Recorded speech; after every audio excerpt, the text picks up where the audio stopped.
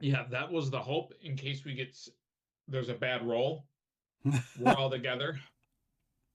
Yes, it's probably a good call. Mm-hmm. All right, do you want to roll for them? Should I? We might as well do it official. Yeah. I'm scared. Yeah, I'll have you each do one. I'll let you guys choose who does the players and who does the NPCs. Yeah, Brian, you want to roll for us or them? I'm gonna roll for us because I don't want to. I don't want to kill the NPCs.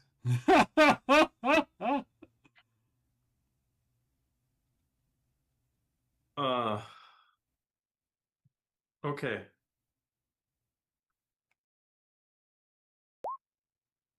Shit.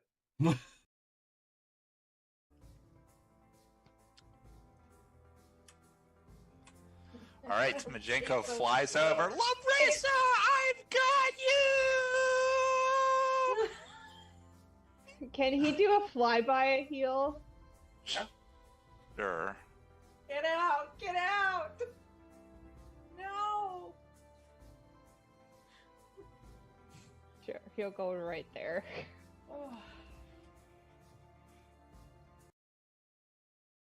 He just side-eyes you and looks at Arabella and says, of all the places you wanted to fucking teleport us, you brought us right in front of the king's nose.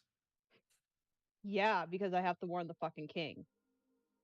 So you should probably leave. Go slink off into your little hole.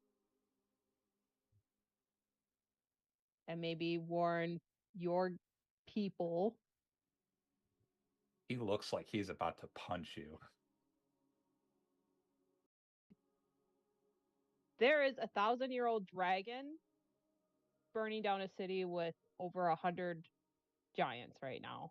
I don't have time. Remember, the only reason that any of that worked back there is because of me. Yeah. Do you want a prize? It is Toivo's turn. Toivo appears, closes his eyes as you explain what's going on, turns its head to look at, or to its head so it's facing the Hound of Tyndalos. So Matt and Brian, you hear the cat just growl real low and dangerous. Nick, you hear meow meow, I can smell you, meow meow meow. Roll your attacks.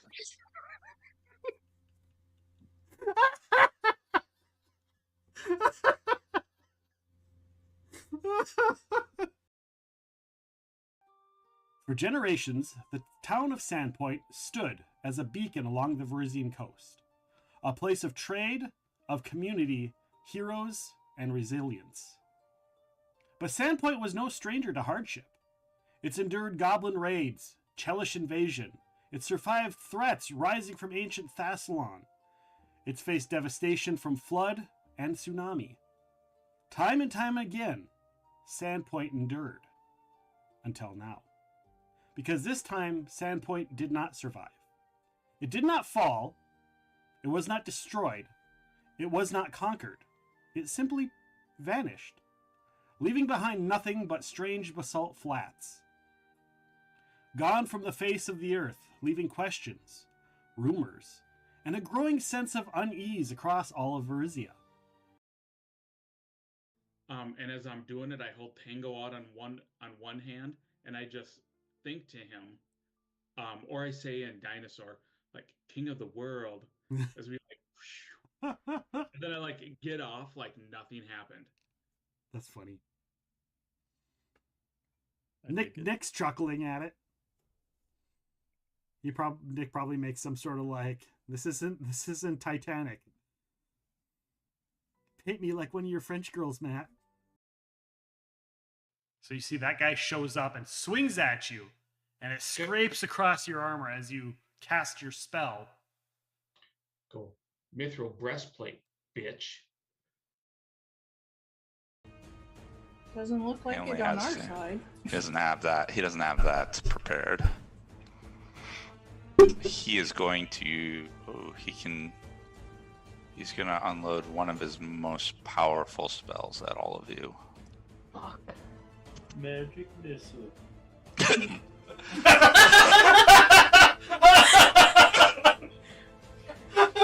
Kill. You can read that there is a contemplation about the others in the room and their responses, regardless of what his answer is. As in, he's concerned about what his response will be because of the people in the room. Yes. I kill everybody else in the room. Let's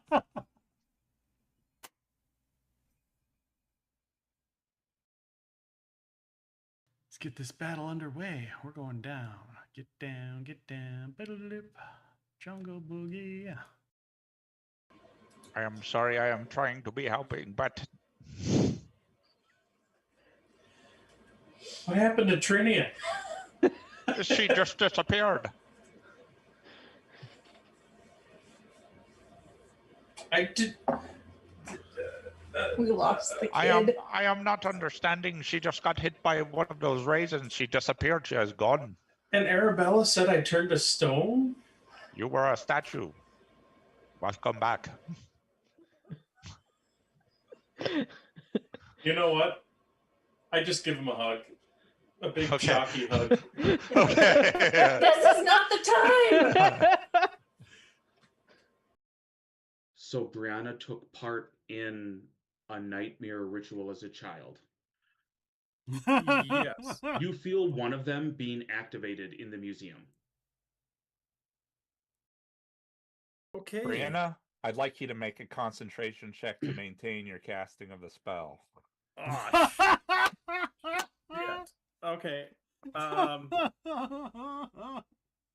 will treat this as violent motion because this is violent to your emotions. And I apologize. Remind me again what I'm rolling. Is my Your charisma ability modifier, or is This is a concentration check. Somebody redeem a complication quick. my So it's a apologies? Has redeemed Yes! a complication.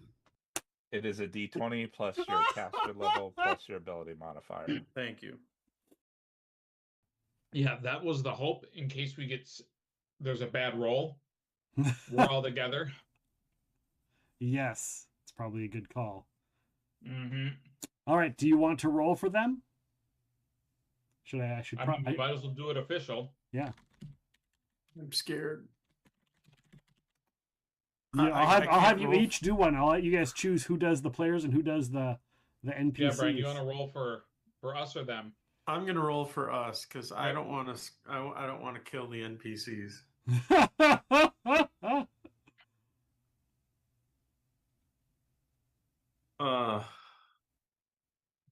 Okay.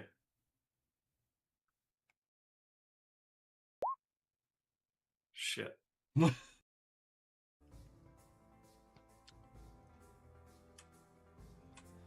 right, Majenko flies over. Lumbrisa, I've got you! Can he do a flyby heal? Sure. Get out! Get out! No! Sure, he'll go right there. He just side eyes you and looks at Arabella and says, of all the places you wanted to fucking teleport us, you brought us right in front of the king's nose. Yeah, because I have to warn the fucking king. So you should probably leave. Go slink off into your little hole. And maybe warn your people. He looks like he's about to punch you. There is a 1,000-year-old dragon burning down a city with over 100 giants right now.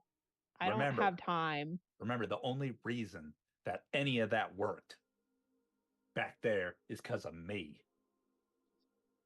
Yeah. Do you want a prize? It is Toivo's turn.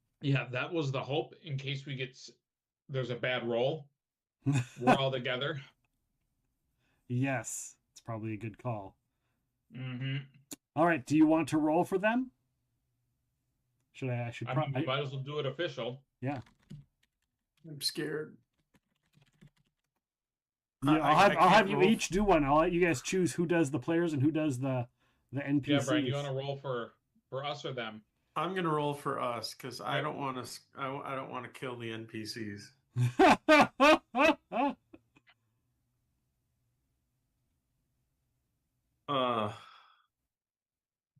Okay.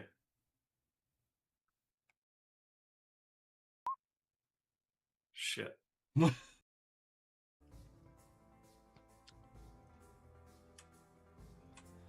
right, Majenko flies over. Labrisa, I've got you! Can he do a flyby heal? Sure. Get out! Get out! No! Sure, he'll go right there. He just side-eyes you and looks at Arabella and says, of all the places you wanted to fucking teleport us, you brought us right in front of the king's nose. Yeah, because I have to warn the fucking king. So you should probably leave. Go slink off into your little hole. And maybe warn your people. He looks like he's about to punch you. There is a 1,000-year-old dragon burning down a city with over 100 giants right now. I don't have time. Remember, the only reason that any of that worked back there is because of me. Yeah. Do you want a prize? It is Toivo's turn. Toivo appears, closes his eyes as you explain what's going on, turns its head to look at, or to its head so it's facing the Hound of Tindalos. So Matt and Brian, you hear the cat just growl real low and dangerous. Nick, you hear meow meow, I can smell you, meow meow meow. Roll your attacks, please.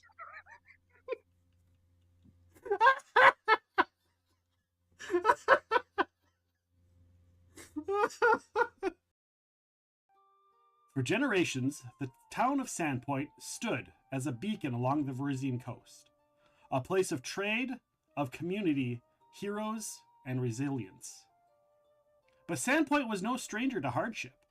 It's endured goblin raids, Chelish invasion. It survived threats rising from ancient Thassalon. It's faced devastation from flood and tsunami. Time and time again, Sandpoint endured. Until now. Because this time, Sandpoint did not survive. It did not fall. It was not destroyed. It was not conquered. It simply vanished, leaving behind nothing but strange basalt flats. Gone from the face of the earth, leaving questions, rumors, and a growing sense of unease across all of Varisia. And as I'm doing it, I hold Tango out on one hand, and I just think to him, or I say in Dinosaur, like King of the World, as we like, and then I like get off like nothing happened. That's funny. Nick's chuckling at it. Nick probably makes some sort of like, this isn't Titanic. Hit me like one of your French girls, Matt. So you see that guy shows up and swings at you, and it scrapes across your armor as you cast your spell. Go mithril breastplate, bitch. Doesn't look like it on our side. He doesn't have that. He doesn't have that prepared. He is going to. He's gonna unload one of his most powerful spells at all of you. Fuck. Magic missile.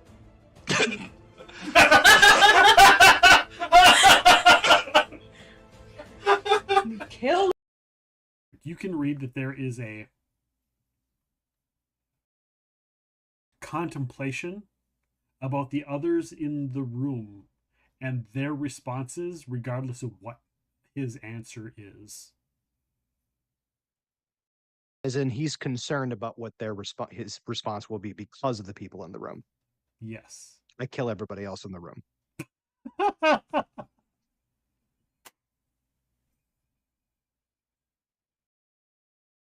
get this battle underway. We're going down. Get down, get down.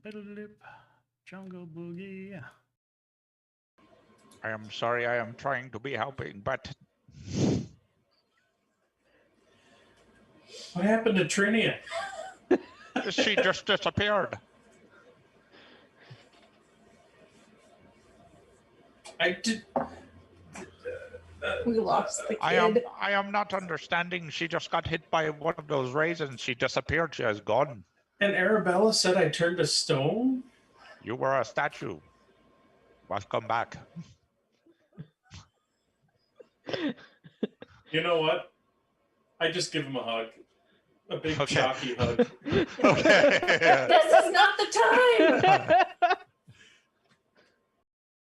So Brianna took part in a nightmare ritual as a child. Yes. You feel one of them being activated in the museum. Okay. Brianna, I'd like you to make a concentration check to maintain your casting of the spell. Oh, yeah. Okay. I will treat this as violent motion because this is violent to your emotions. And I apologize. Remind me again what I'm rolling. Is my charisma ability modifier, or is this is a concentration check? Somebody redeem a complication quick. My So it's a apologies. Has redeemed a complication. It is a D20 plus your caster level plus your ability modifier. Thank you. Yeah, that was the hope in case there's a bad roll. We're all together. Yes, it's probably a good call. Mm-hmm. All right, do you want to roll for them? We might as well do it official. Yeah. I'm scared. Yeah, I'll have you each do one. I'll let you guys choose who does the players and who does the NPCs. Yeah, Brian, you want to roll for us or them? I'm gonna roll for us because I don't want to. I don't want to kill the NPCs.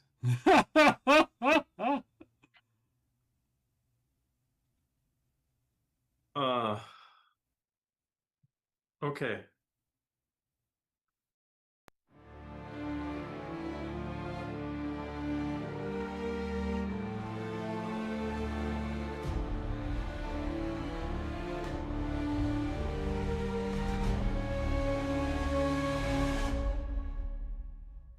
Day troll in the twilight, quest begins at night.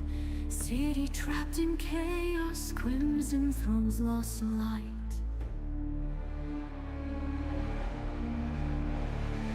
Whispered spells and shadows, Rune Lord casting fear. Heroes forge their fate now, Corvosa draws near.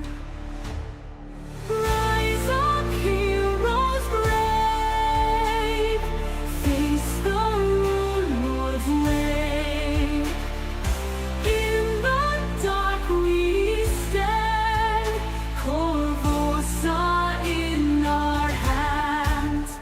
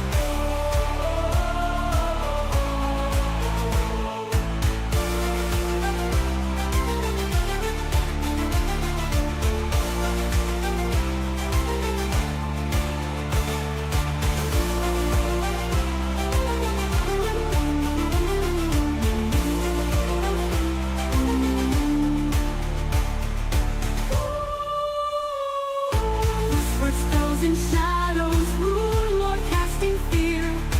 Heroes forge their fate now, Corvosa draws near.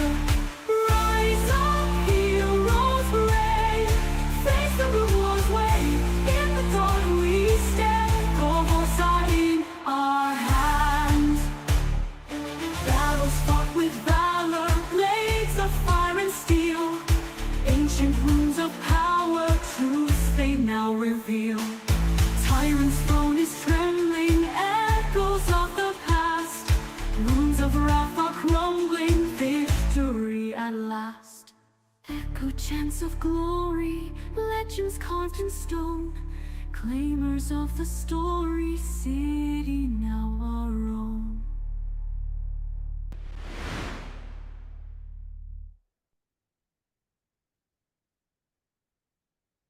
Why would it work? Why would it ever work?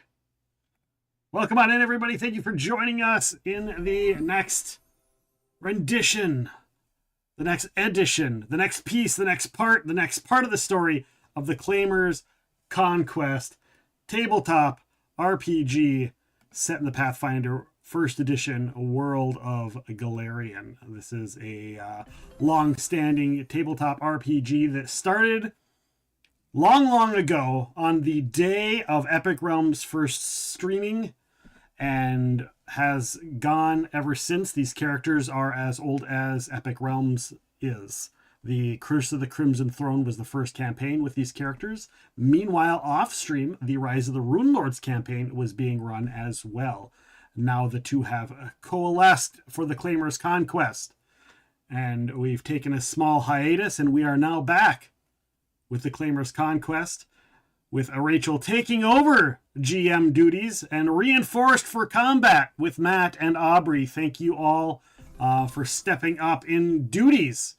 With that being said, welcome on in. We do have channel point redeems, and either I can redeem, explain the redemptions, or Rachel can, whatever she wants, but I will hand it over to Rachel until I am told otherwise. Sounds good. Yeah, I think we'll kind of wait a little bit on the channel point redeems. Again, we have myself taking over the story part of the GMing, and then Matt as the bad GM, and Aubrey, Janai as the good GM here. Take that as you will.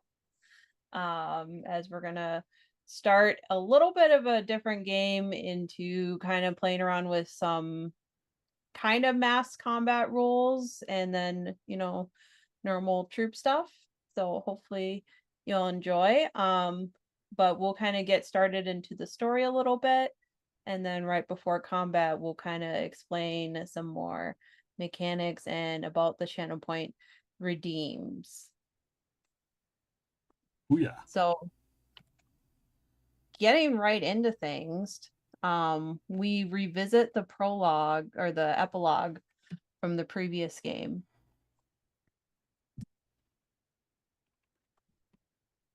The sun rises and the grains of sand in the hourglass fall. Time is running out in Flameford. Even in the pre-dawn hours, the Sun Clan encampment bustles. Horses snort and warriors bark out in guttural Shawanti, their voices urgent and almost argumentative. But no one in all of this frontier country is more bedfellows with war than the Sklar-Quah of the Cinderlands.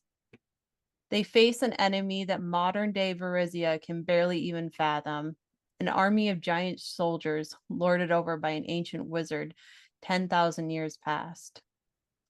The Osgot, they call him. He could send the full Storval storm, and it wouldn't matter a whit to them. The Sklar-Quah, they fight. They shift around in the encampment, checking the boulder traps, the fire traps, the arrow stands. The Sun Shaman burns incense in his tent.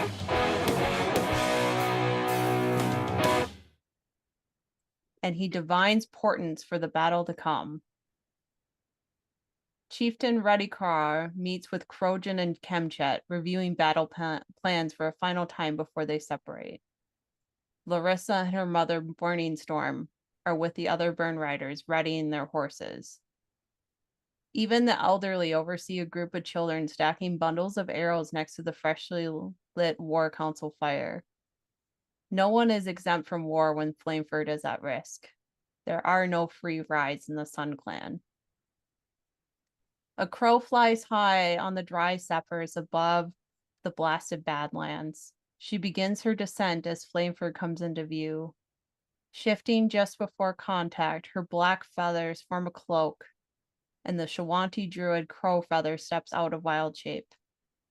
She shouts loudly, relaying what she's seeing.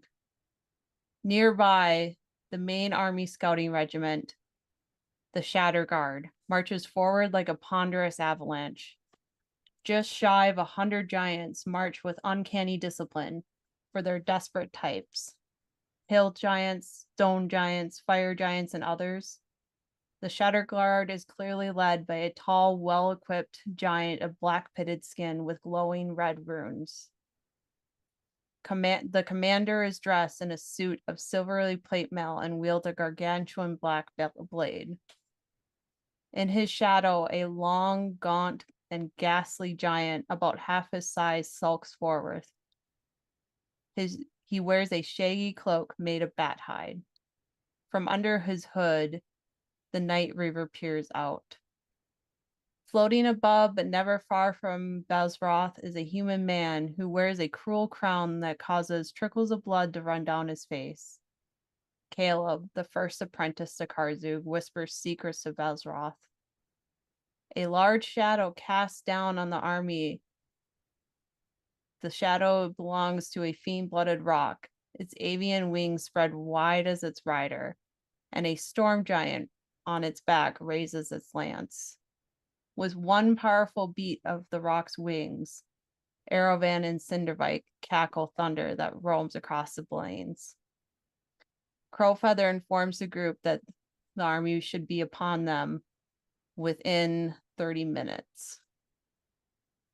And with that, we start a timer for our players that we have 20 minutes of real world time before the army is upon us. That's when we start casting buffs, or within that time? Within that time, and you need to be at your placements.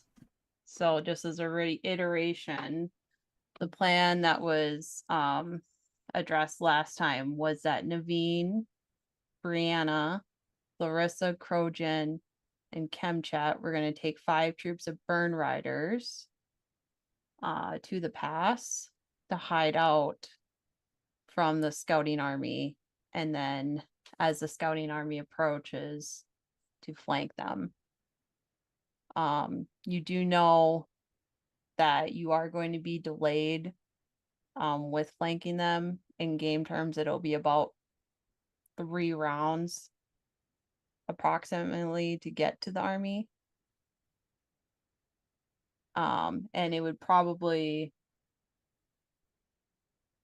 I would say, reason why you have 20 minutes is it's going to take probably 10 minutes to even get to the pass if you're riding hard. For the people flying, it might take you a little bit longer. And we probably want to give a little lead time because giants are tall and might see us moving from that distance. Yeah. Yep. So. And how fast could I fly? Did you say?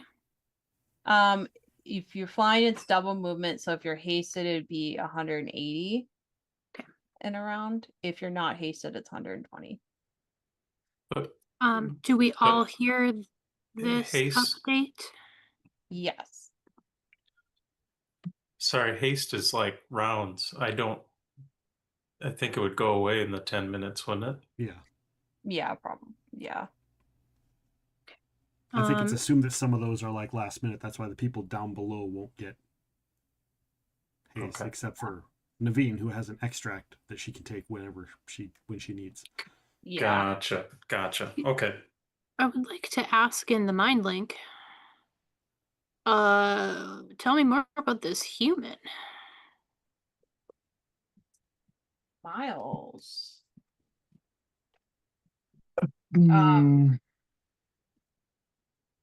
Well, I guess Miles I guess I can make an int check. Just because he is described a little different. Yeah.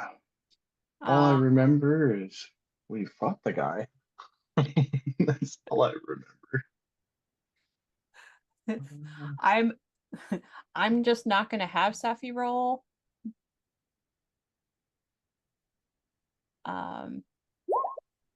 Ooh.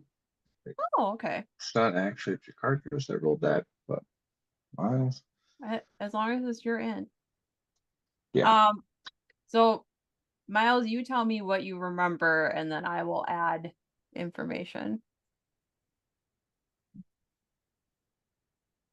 Putting you on spot. Yeah, all I can really remember was being more or less frightened of the Rune Giant that he had in tow. And then going toe to toe with that, and then him or Caleb basically buffing the giant and summoning creatures. That's all I really remember about him. It's not much knowledge. Yeah, so you do remember he is a spellcaster. And you would have knowledge that he was Karzug's apprentice. And the reason you have knowledge of that is because the Rune Lords group actually did defeat Caleb and kill him. And so your sister did get his spell book at one point, or his old, you're assuming his old spell book. Or I don't think we got his spell book because we lost all the gear. So, but you do remember defeating him. But he did not have the crown last time.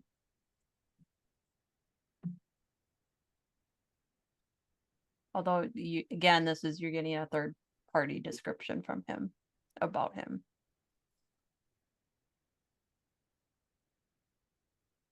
Okay.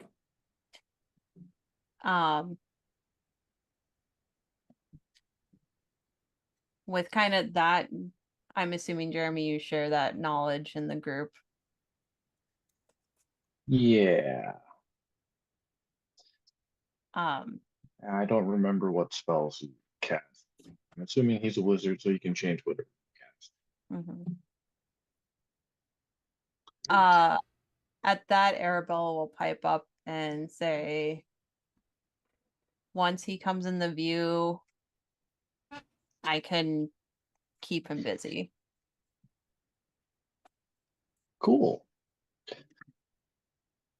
Who is a combat person, non-spellcaster that has a chance of possibly first coming in contact with him?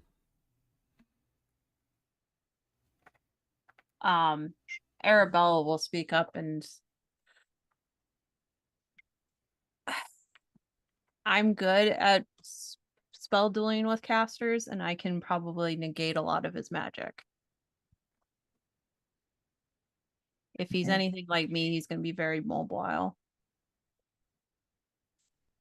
I know Naveen has poison for spellcasters. I have one more dose I can put on a weapon for someone, just in case.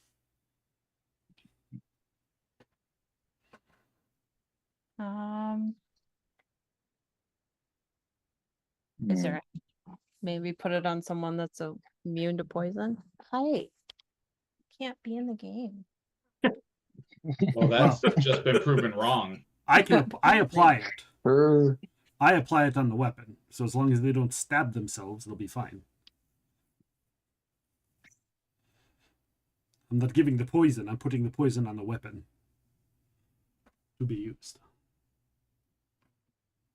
Well, maybe put it on an arrow. I look at Miles. Would you like? I could save one for him. Do you have any special arrows for him?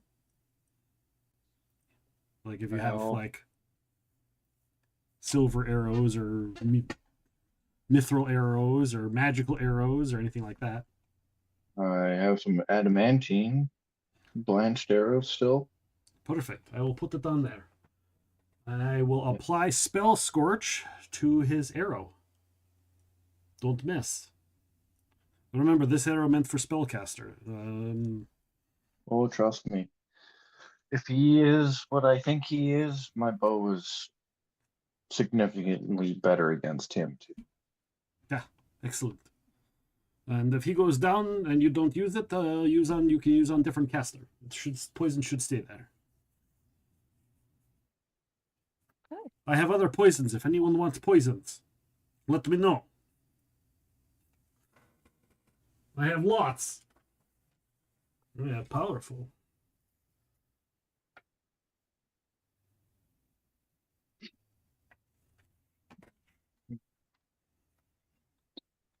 Yeah. Yeah, when you say you have lots of poisons, Miles just kind of narrows his eyes for a second. Like, yeah, alchemist. Right. Exactly. And you probably have seen the body parts for things that are used for magical things that are in the shop, so you know that like whatever we kill, we harvest whatever we can from them. Well, I can't say much about not harvesting things anyway, because dragon teeth, one of my favorite things to collect. Great for arrows, I hear.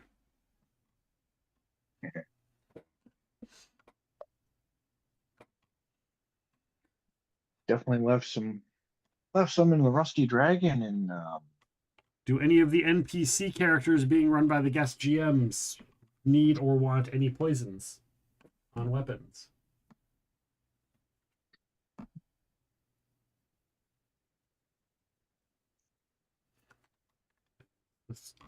I'm guessing maybe they are gone. Probably not. I mean, I'm here, but I don't know. I don't think so. Maybe. I think probably Larissa would take some. Okay. Just because I feel like that's what her character would do. I think the Bone Devil one that I have,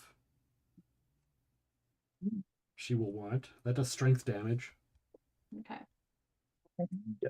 That's a DC. Well, I mean, if it gets used, you could just tell me to look up what it is. I don't have any more of the water purple worm. I don't have any regular purple worm. I think I don't have a Cytillipede left. Oh, and I do have some green slime if anybody wants to drop a jar of green slime on a bad guy. Ooh. I have 8 of those.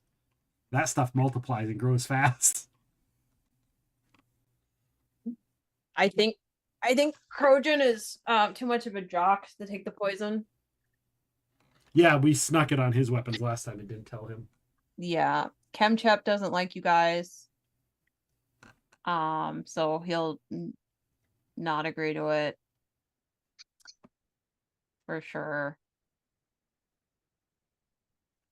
I don't think most of the Shawanti are probably all that enthused about poison, so I think it's probably just Larissa. Okay. Sounds they're good. More what about like... Jakardros? Oh, yeah.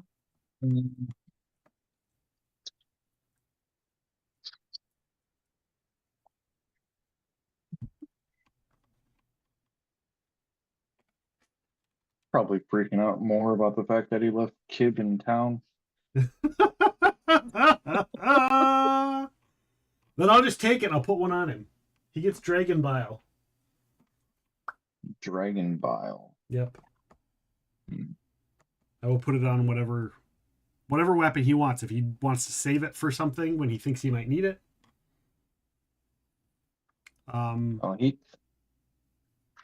He's a bow user, so. Bow user? Then yeah, I just put it on an arrow. And then he can choose to use it whenever. Naveen, do you want any Dragon Bile? Sure. What does that do? I suppose. Fort I'll let DC you know when it hits 26, and it something. does strength damage. Sure. Once a round for 6 rounds. There is no cure roll.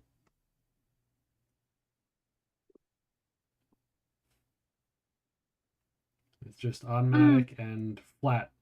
Die 3 strength for 6 rounds, period, unless they make their initial fortitude save.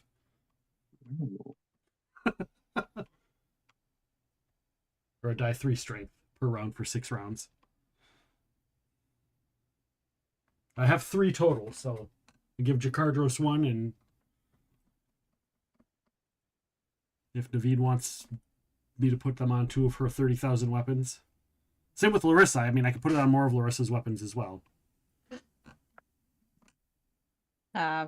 We'll just do the 2. Okay. Or the 1. Gotcha. All right, that's all 3 of my Dragon Vials. That's my extra Spell Scorch.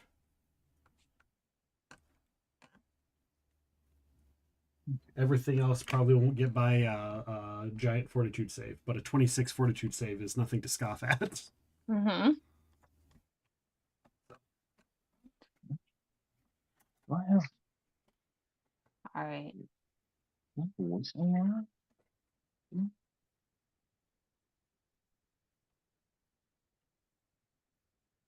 Okay. I do still have whistlers. I'll give you guys kind of a timer warning.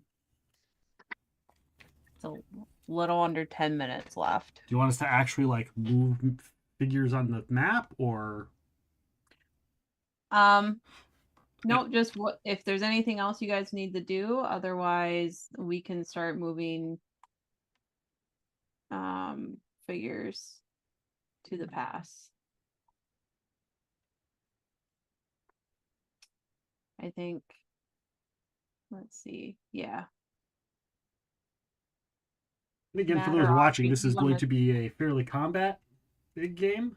A lot of stuff, but you can feel free to chat and hang out with us, ask questions about characters, that kind of stuff. Most of us will try and keep an eye on chat and fill you guys in on whatever we can. If you ever want to catch up, you can catch all the past episodes on YouTube.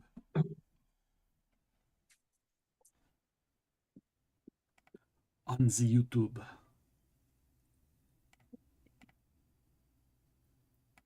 But yeah, I think we can start moving some Shawanti troops and some of the NPCs over there.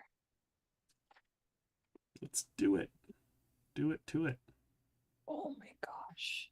This cat has attachment issues. All right. Just put the whole harness on and then leash him to the door. Yeah. Like, I should have put her in timeout. So if people want to start moving their stuff, can you guys see where I moved Larissa? Or no? Way up north. Yep. I see it. I see it. Little white speck. So they're going to be coming from the left side of the map, essentially. The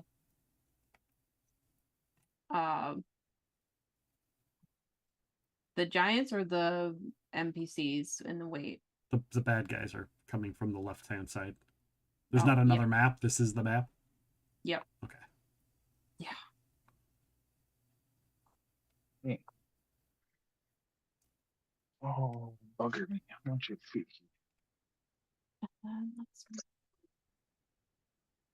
Oh my god.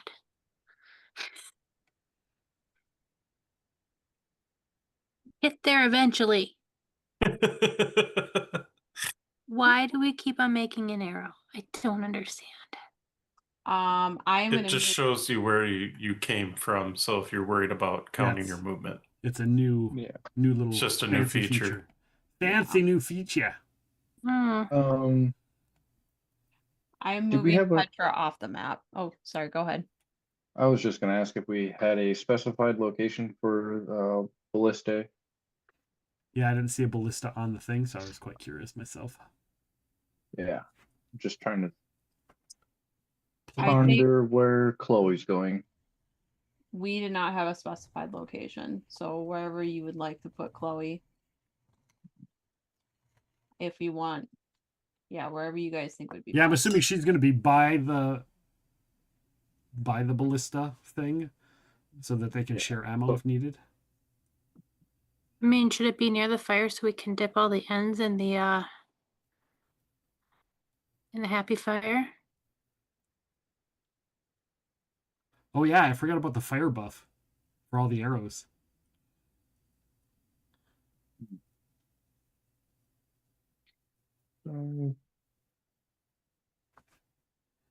The happy fire. So probably somewhere around there. What I'm thinking. Kind of, sort of, maybe, yeah. Mm-hmm. Guess. That's good. I'll move Dalibor a little closer to her. I'm sure some of those troops will be heading out. That's for NPC HP. Because I haven't figured out which Dalibor I'm greater in. Well, is going to be greater in Vizd.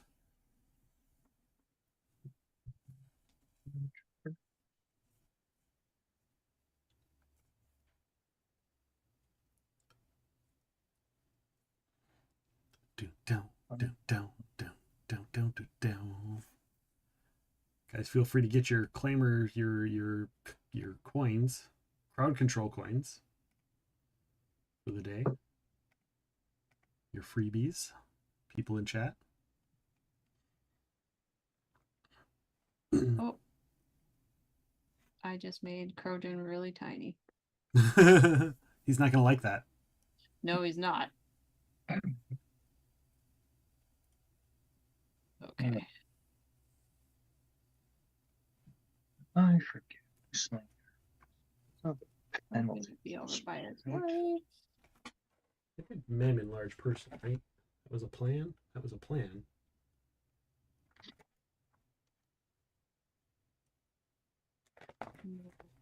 Oh, no, I have a potion of enlarged person. That's why I didn't mem it. Oh. No penalty. Okay.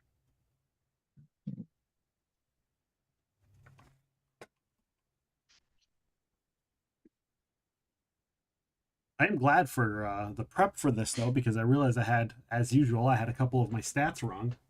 I hadn't updated my saving throws to reflect my belt or my headband.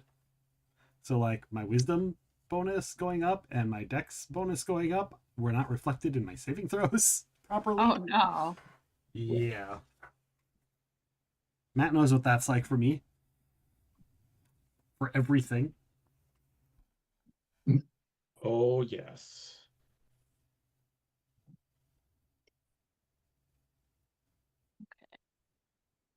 Yeah, I almost couldn't find my character sheets. Oh no. It's the one game that I actually have paper sheets for. Oh. Yeah. Okay. I should probably read what that 9 lives spell does. Various things. A lot. Yeah, I have it. Yeah. I put it on a PDF for myself, but I didn't print that PDF out, which I planned to. Most commonly end up using it for rerolls. Right. Yeah, you can also use it too if you go unconscious. So you can use it 9 times. Yeah, it is an immediate action to use. Okay.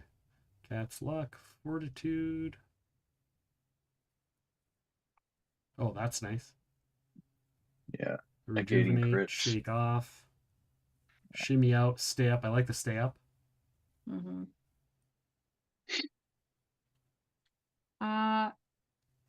Let's see. I don't get that one either. Okay. I'll update my buffs again.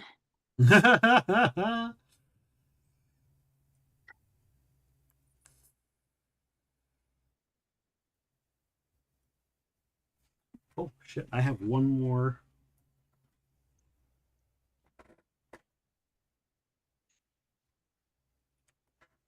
Forgot to pick all my spell immunity spells. Ah. I got 2 of them. I'm pretty sure I put them in the chat, though. I put the 2 in the chat. Or in our thing. Oh. Oh, I didn't even put that I put spell immunity, gave myself spell immunity. Or did I? Didn't. I think there's one more troop that needs to go over there.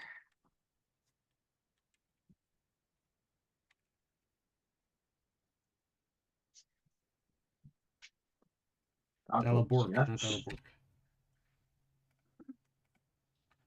Reach. Stars.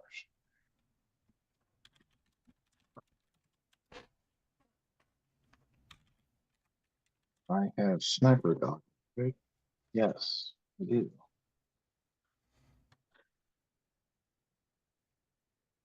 I forget. Thank you for the lurk, DJ.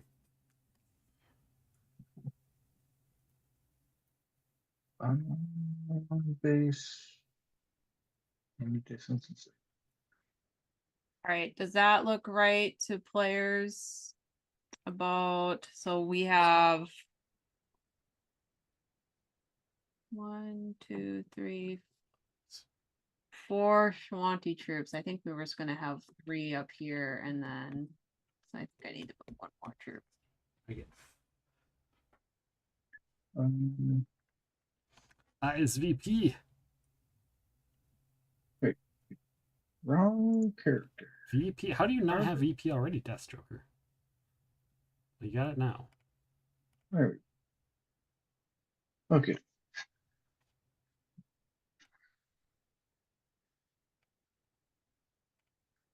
Miles goes Ninja Vanish.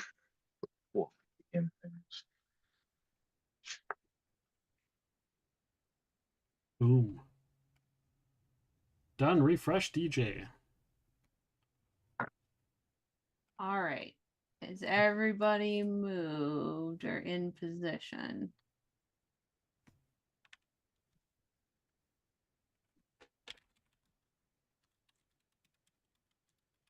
Get Airbound Sephi in position too. Do Oh, we need to move Chemchet.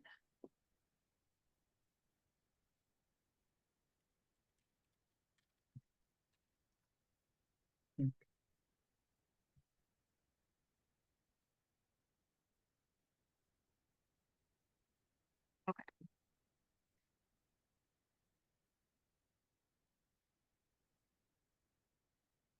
All right, so I have all the troops moved.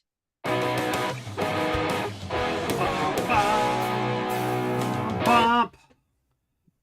Thank you, Rockheim, for the resub. And to Tam earlier for the resub.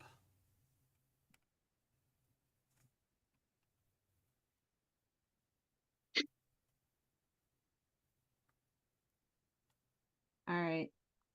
This layout look good to you, Matt?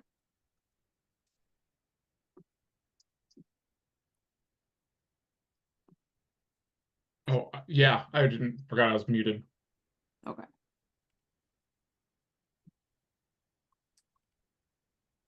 Okay. Well, unless anybody has anything final else, we can get this war started.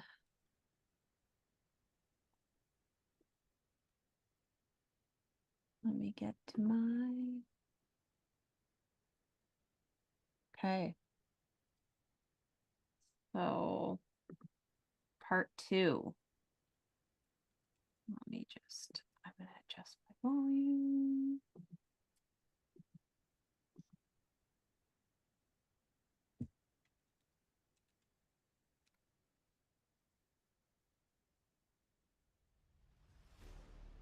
Can everybody hear that sound?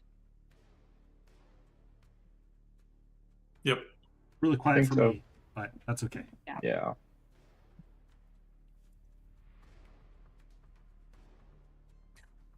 The first sign is not the sight of them. It's the sound. A deep rhythm pulses across the Cinderlands, like a distant thunder, steady and unnatural, not the wild cadence of a storm, but something measured, intentional. Boom. Pause. Boom. The ground trembles faintly. Dust shifts from tent poles. Loose stones rattle down the cliffside. The horses hate it immediately. They stamp nervously, ears flattened, whites showing around their eyes. Even the hardened war mounts of the Sklar-Quah resist the rains, snorting clouds into the morning air. Then the horizon changes.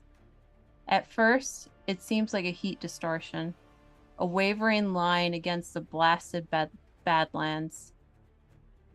Then shadows, shapes, movement. And suddenly, impossibly, you realize that the hills are walking. 100 giants emerge over this grim formation. Not a mob, not a rabble, an army. The front ranks descend in a dreadful order, their colossal silhouettes framed by the rising sun. Hill giants lumber forward, with tree-thick clubs slung over their broad shoulders. Stone giants move among them with an unsettling calm, each stride deliberate, carrying slabs of rock like a soldier might carry spears. Fire giants march in disciplined blocks. Behind them stride stranger things, shapes too large, too twisted, things half seen through the drifting dust and ash. Every footfall sends tremors across the plain. Every step carries them closer. Their formation stretches wider than any warband has the right to be, an advancing wall of iron, muscle, and impending bloodshed. The dust boils around their legs like the leading ledge of a storm front, and above them clouds gather where none should be. The sound of thunder cracks across the otherwise clear sky, and a vast shadow passes overhead. Wings, enormous, fiendish, a rock large enough to swallow horses who circles above, dancing lightning stretches across its feathers. Upon its back sits a towering storm giant, lance raised skyward like a banner of conquest. Near the center of the formation marches something worse, a figure taller than the others, broader, deliberate.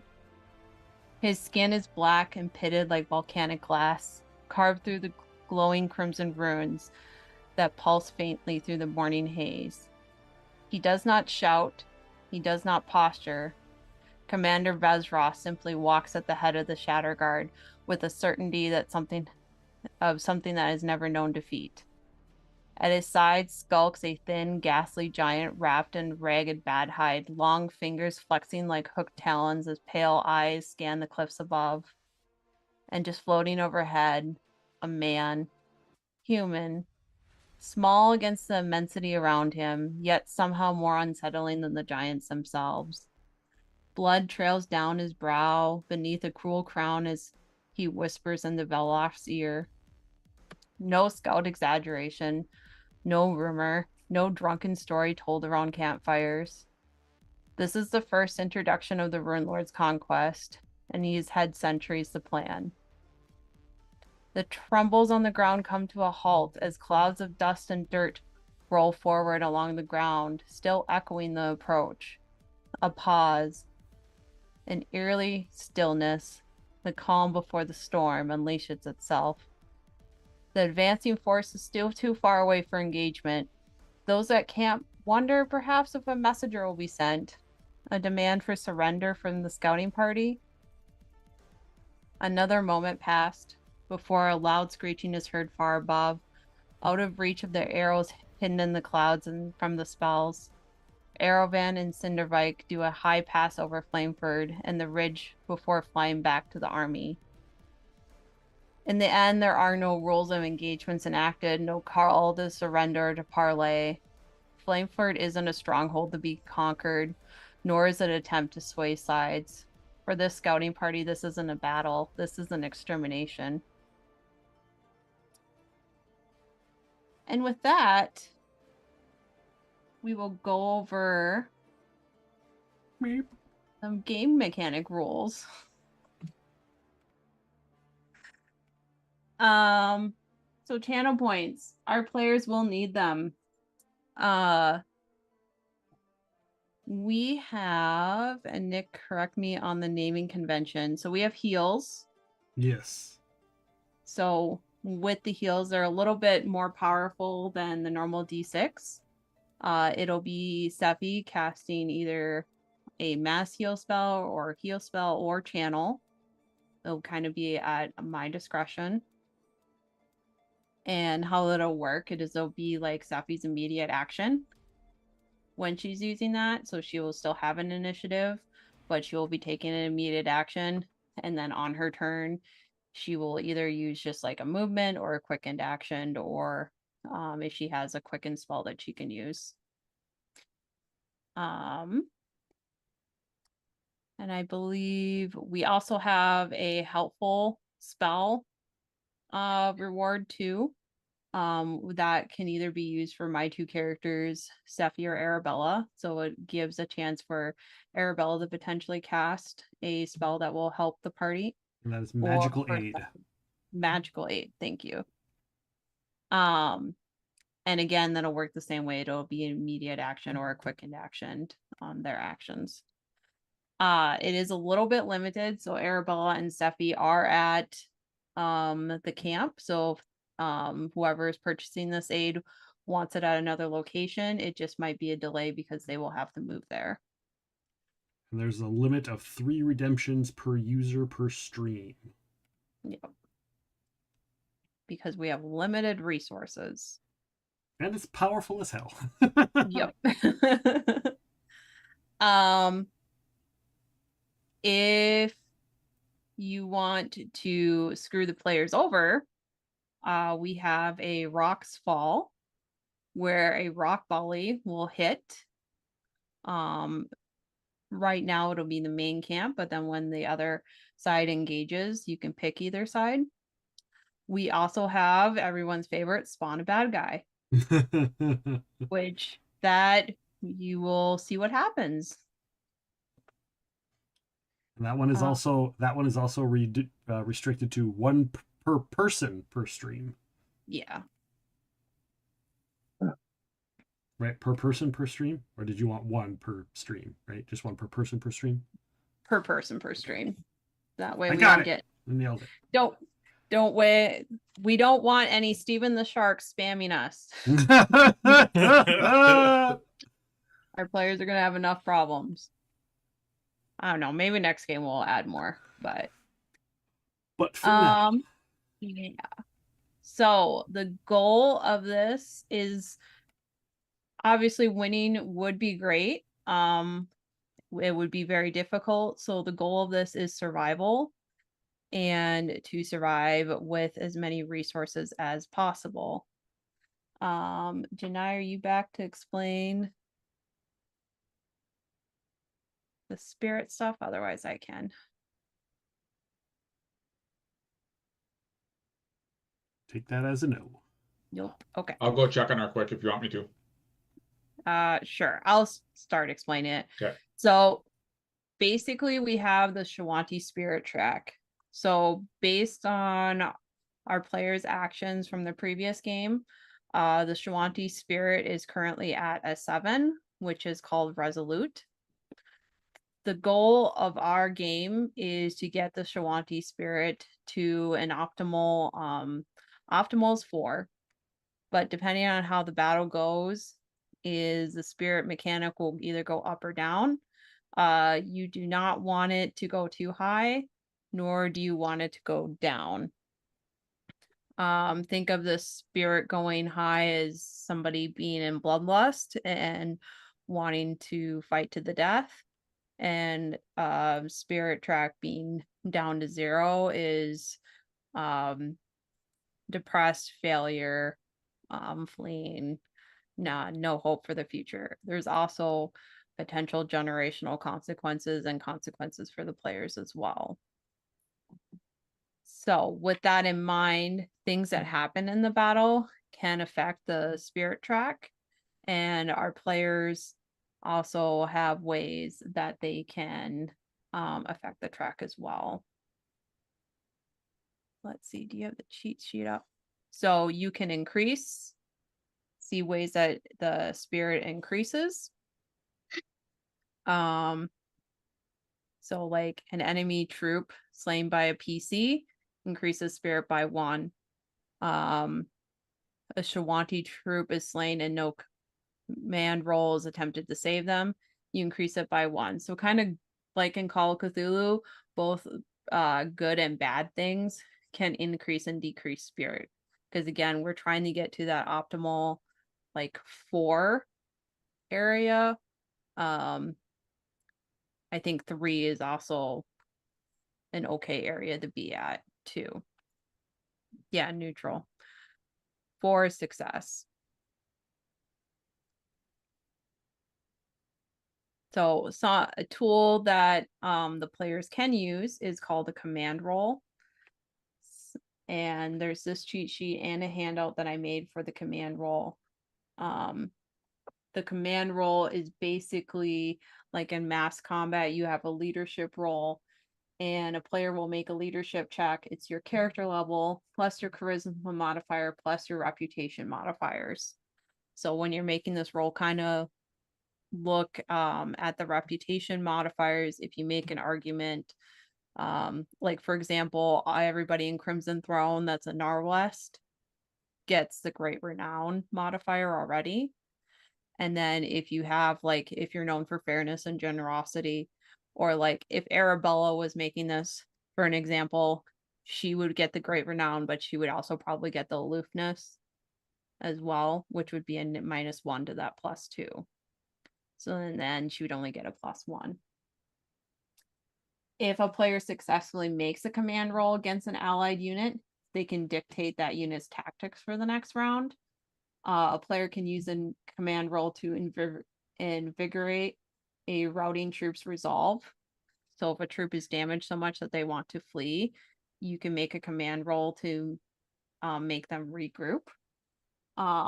If an allied troop is reduced to 0 or fewer hit points but not killed, a player that can see them can make a command roll. The DC is additional +5 higher to hit, so it's a little bit harder. But you are able to heal that troop and they remain active with hit points equal to their CR.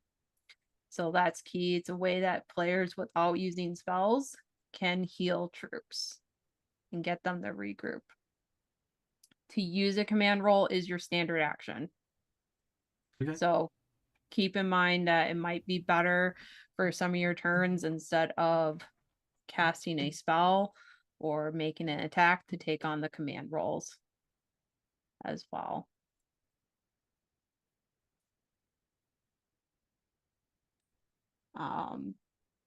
Any immediate questions about this?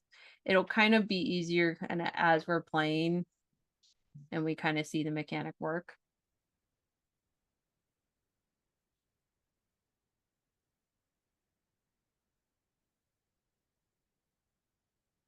Okay. And then there'll be things during the battle that will affect us as well.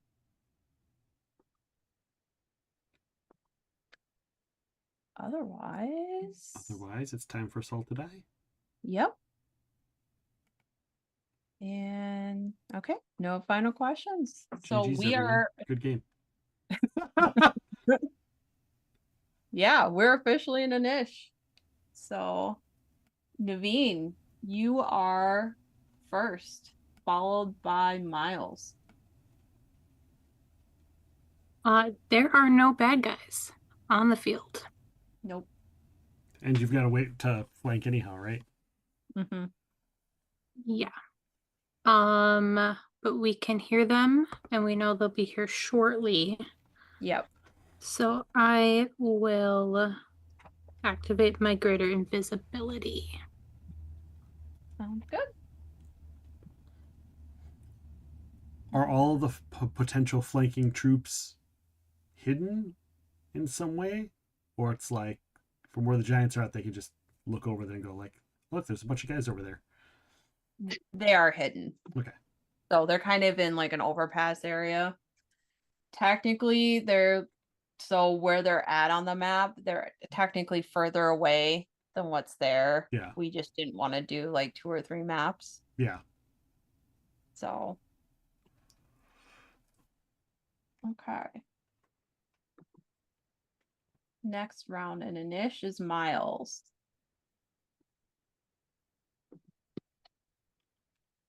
Well, let's restart this music.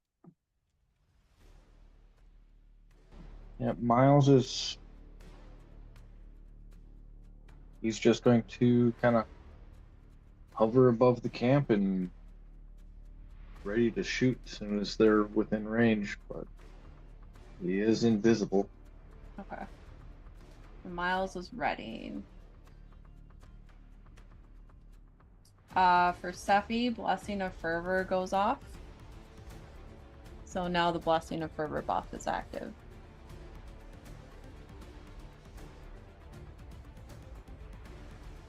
And then Chloe. She's going to grip one of the Infernal Burst charges and prep to throw. Alright.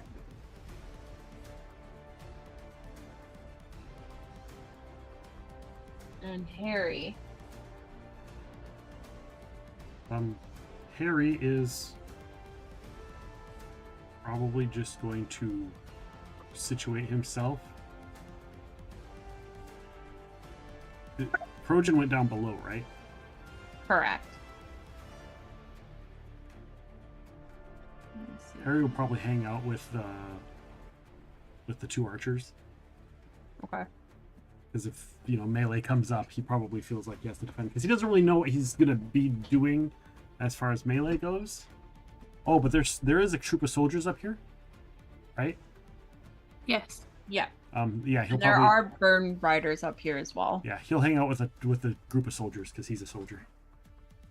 Actually.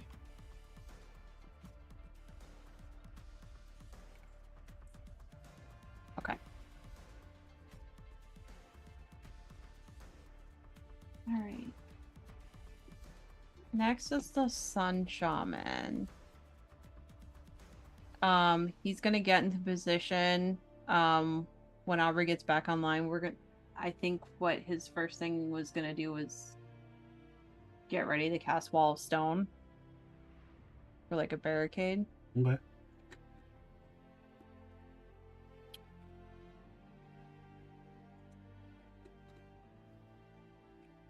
Okay. 1906 is waiting. 1906 is waiting. Okay. The Sklar-Quah Rider troop is also getting into position. 1801. Yep.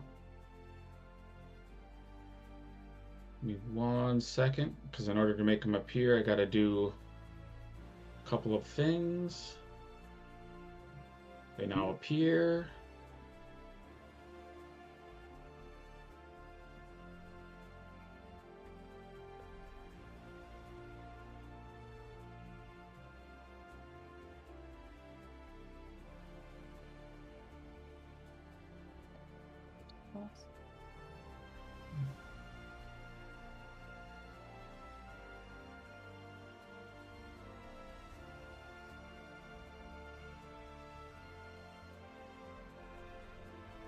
Excuse me while I gotta get their layers set.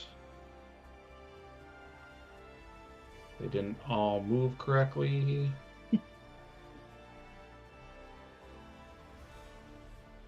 So 3 sets of fire giants come out. And they all throw boulders.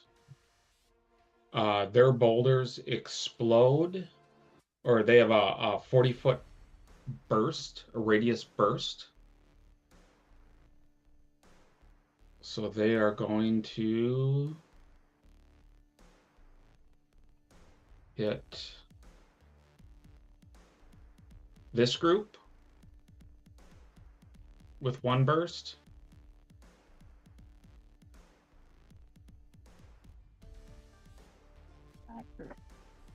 This group with 1 burst. And this group. So basically the first group is being hit twice. Okay. Reflex save DC 28 for half damage.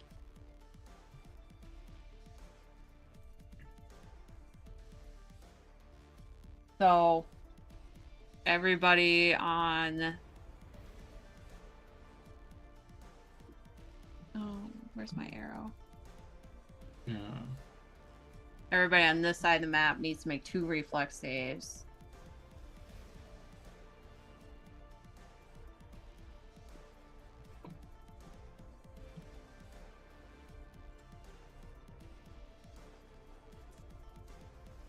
What does that blessing of fervor do?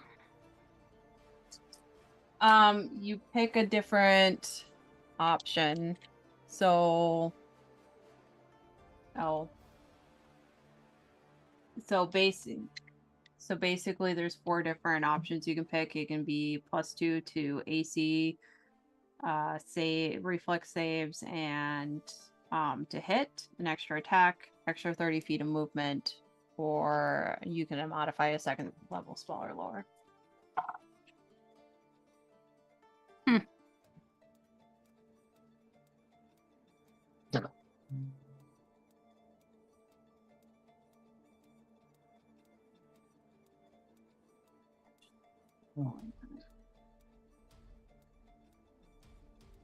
So Raul got a 27.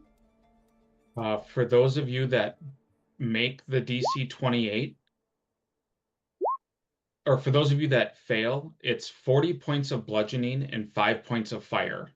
If you make the save, it's half. And that whole area is burning difficult terrain, so it's a D6 damage on the start of your round. Is that and fire each square damage? costs 2. That is fire damage, correct? Yep. 40 physical, 5 fire. But the ongoing damage is fire. The ongoing damage is fire. Nick, to give you a heads up, Aubrey has to restart her computer. So it's going to mess up the layout, and then she'll be right back. It's just her USB devices all shut off. Yep. Right. No idea why. That happened last time, too. It did happen last time. So yeah, we're going to have to go bring that in. Oh, internet. So those of you on the bottom half, there's 2 of them. So up to 90 damage if you fail both. I made both at heavy evasion, so good to go. Nice. Yeah. Oh, there's no way my troop can make it.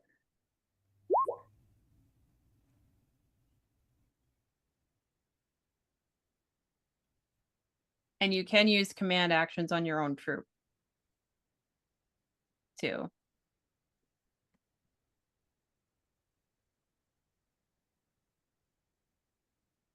Cool. Cool.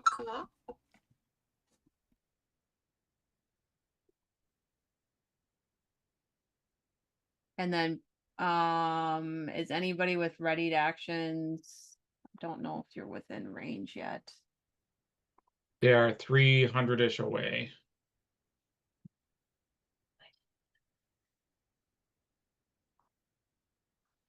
Yeah, so I mean, you could take your readied actions with penalties or wait.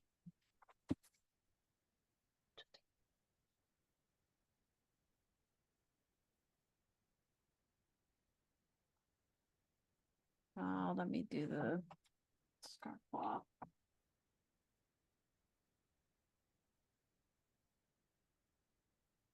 Real quick.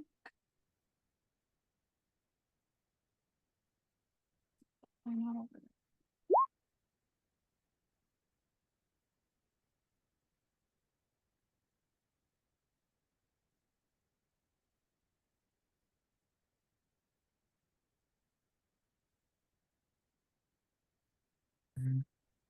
That's right. She's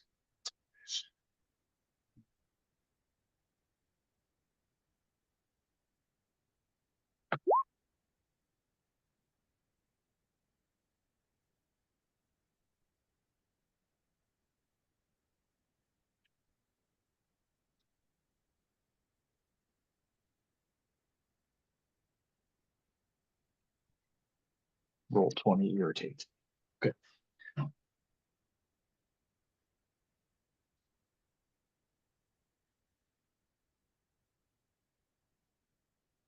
Reflex. Ooh, Sklar-Quah did not have good reflex.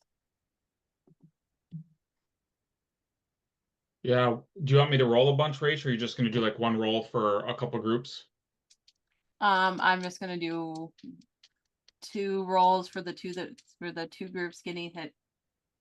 Yeah, I'm gonna do one. One's getting hit twice. Oh, those fail. Because you said the DC was 28. 28. Yeah, no way they can do that. Oh God, and the one above also fails. Can you repeat to me what the damage was again? Yeah, it's 40 bludgeoning, 5 fire. I think they are 45.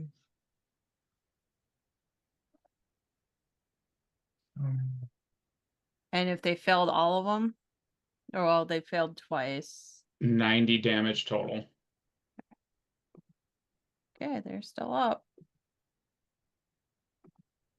And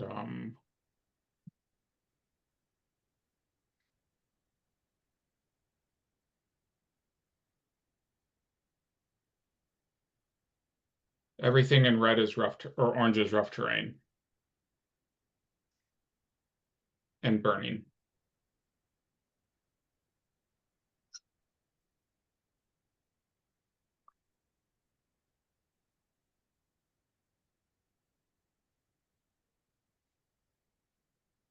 Can't hear you, Nick. I was just saying that's a long way for them to throw rocks. Yep. 300 foot. Yeah, giants do usually have crazy range. Yep. I thought they were less than that. I thought it was like 100 or something. They can throw 10 times their range increment. Well, I thought they didn't have any range increments. I thought they just had a flat range. Nope. I didn't look it up, so I don't really know. It just was going off of memory. Yeah. They're gross. They're gross. Mm. All right. Has everybody done their damage? Wait, I need to finish with these guys. 90. Yeah. Fortunately, Miles took nothing out of that. Good. Yeah, I rebel on stuff. He took a little bit of damage, but they're okay.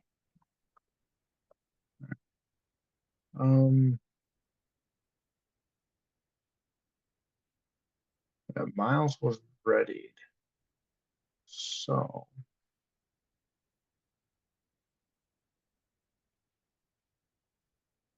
So, kind of give a description. You see these fire giants coming up, and these groups of burn riders here just they're not completely annihilated, but it hits them like square on. And the people in the past can just hear like horrific screams of people burning, echoing through the Badlands.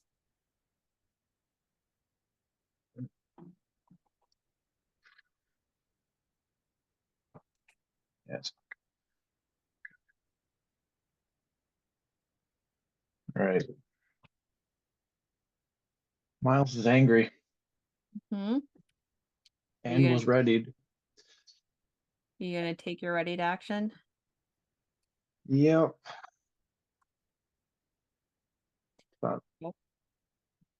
yeah, he's right there. So he's down. He's in his 3rd increment with his bow. 4.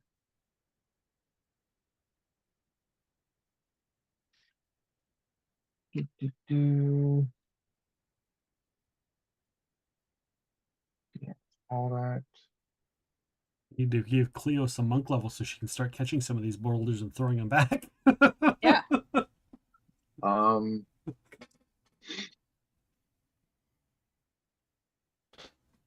Actually, about that, she does have rock catching. Right. All right. So Miles, let's cheat. All right. So third increment.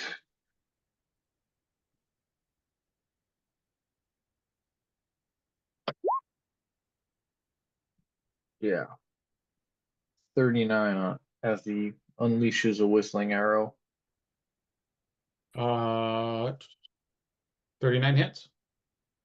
Okay. Now, question. I have sniper goggles. He was invisible. Would they take precision damage from a Sniper sneak goggles attack? increase it doubles the range of your precision damage. It allows me to sneak attack at any range. Oh, then yeah. All right. Yeah. If it's within 30, I get additional damage per die. They're going to take D8 plus. And were you doing the top row, the middle row, or the bottom row?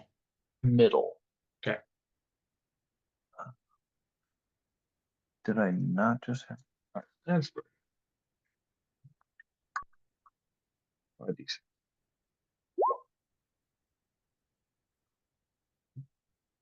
43. Yeah. Okay. Oh, looks like my next discovery is going to be like bomb arrows.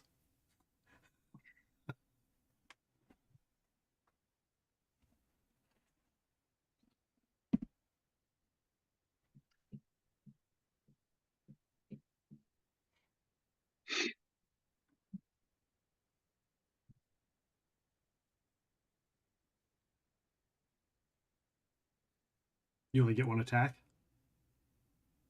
Because it was readied. readied. Yeah. Oh, Yeah. because it was a readied. Yeah, I don't have Overwatch style. Gotcha. I had the Stun Shaman ready, and so he's gonna take his turn too. Whoop whoop. And he is gonna cast Wall of Stone. Did he make his 2 saves? Yep. And I did his damage. Nice. He's immune to, well, he has fire resistance of 10. So, we're gonna do, I'm gonna look up Wall of Stone.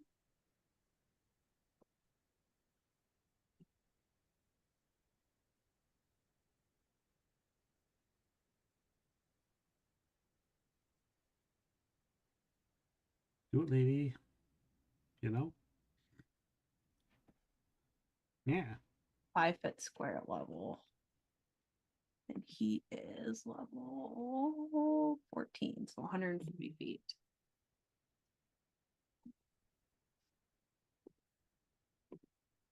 So basically, he's going to make, it's going to cut off the view a little bit. Well, he'll probably make it a little bit further down, but he's going to make a barrier here.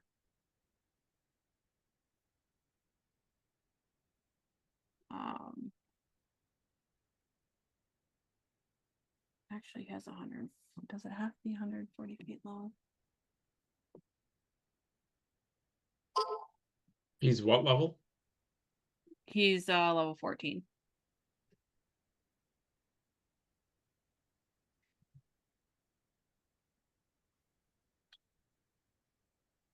So yeah, I think he's gonna make a wall of stone right here.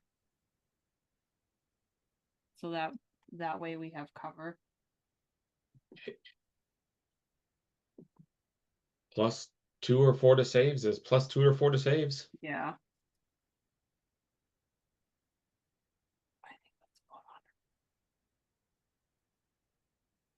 We're gonna call that good. I will change that color. Oh, it doesn't change the color beforehand. Draw.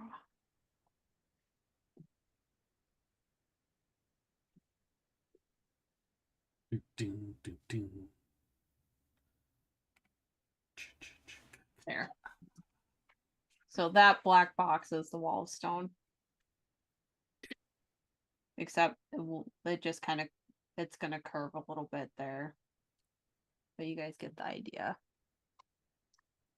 So cover gives you all +2 to reflex saves. Yeah. That's going to be the big thing. I'm glad he put the stone there, not just on the ground in front, because I'm like, if he puts it on the ground in front, they're just gonna step over it. Yeah. No. Chemchat. He, even though we're not, I think He's way gonna up there. He's waiting. Yeah, he's waiting. He's gonna delay, but he is going to look at Naveen and Brianna and Larissa and suggest that no, he's just gonna delay. And then Chieftain Ready Claw. So I have the notes. Ready Claw begins to move towards a dangerous enemy.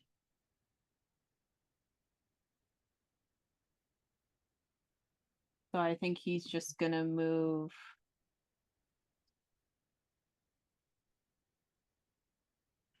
Don't.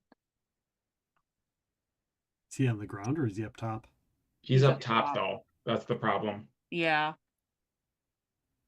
That's from like, I think he will move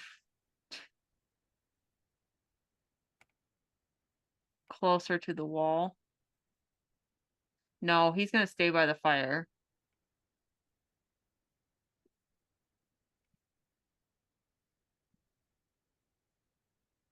Yeah, he's gonna delay with his lit. I'm assuming he has arrows. So he's also gonna delay. Okay. Brianna. I think Brianna's got a delay. Okay. 1601. 1601 is going to come out. Give me a second.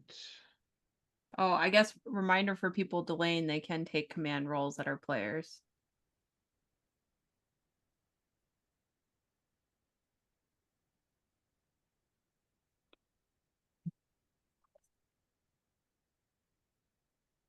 (1601) moves to here and begins to float up about 30 feet. Okay.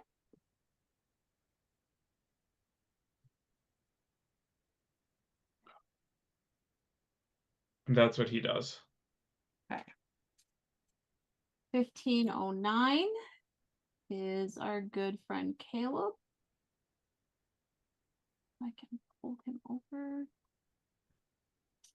I got a real bad feeling about this. Let's see.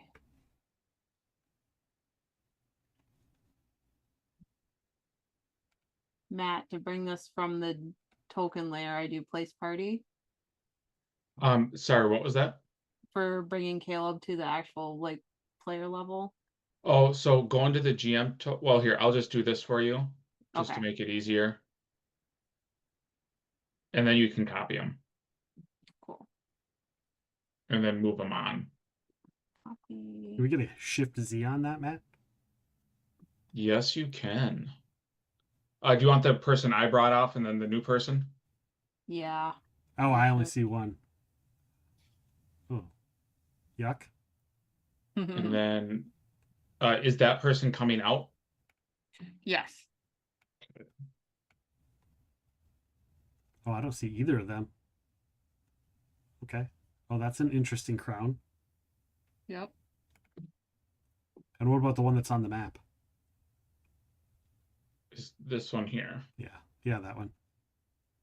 Oh, I did that. That was the first one. Oh, okay. I see it. I see.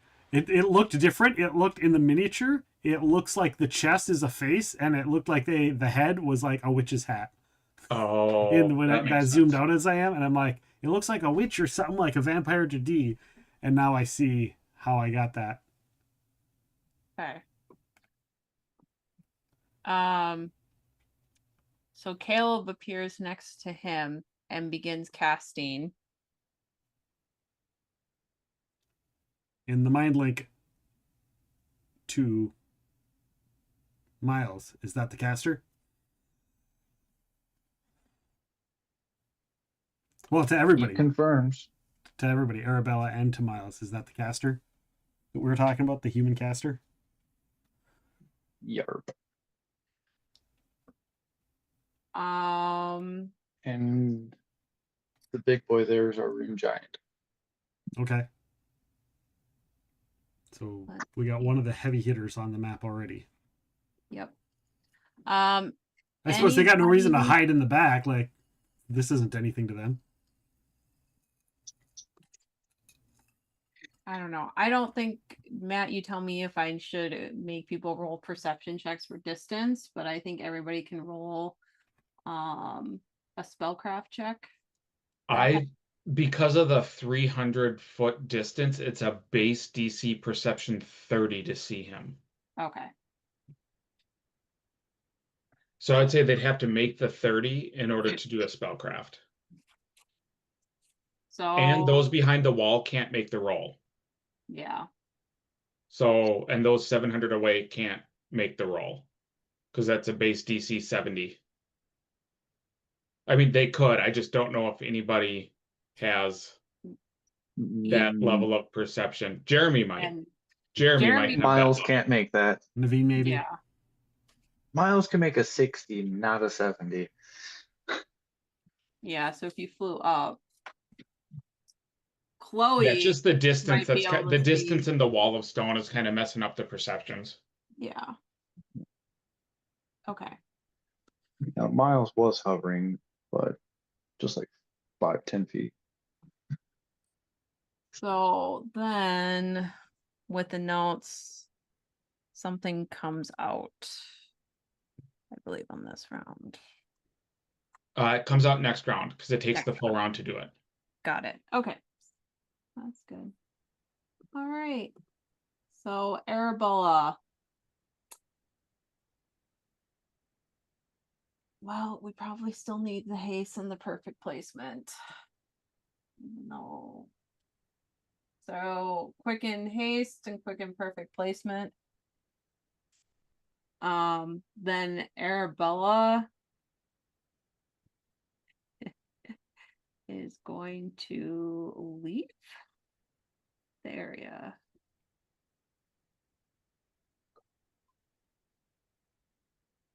If she can fly 90 back.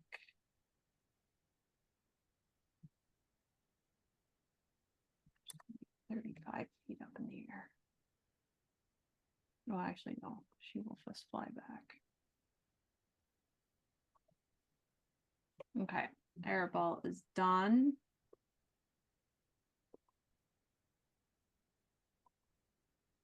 Burning Storm is delaying. Crojan is delaying. Crowfeather. Let me pull her up and see if she has anything. I think Crowfeather has heal or maybe cures. I think Crowfeather's a shaman or something. Druid. She's a druid.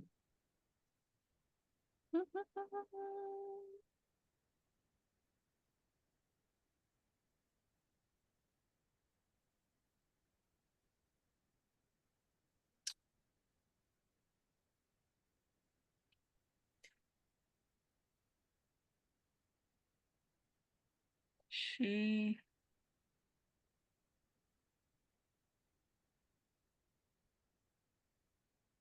Yeah, she does not have anything really good for like mass stuff. She's going to cure Sirius on the Sun Shaman. Or herself if she didn't make her own save. Yeah. You know what? I don't think I.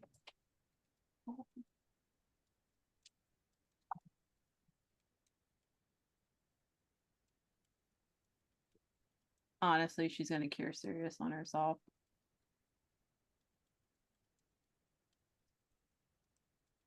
Jakardros is next, so I can resolve her curing herself while Jakardros goes. All right.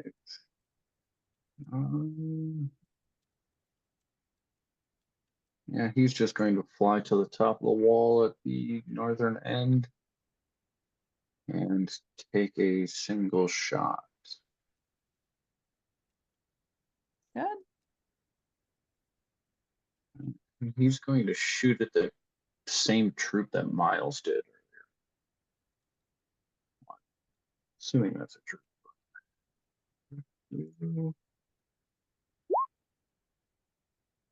That misses. Oh, that was the heal, not the attack. That was the heal. Yeah. Yeah. 255. Composite longbow.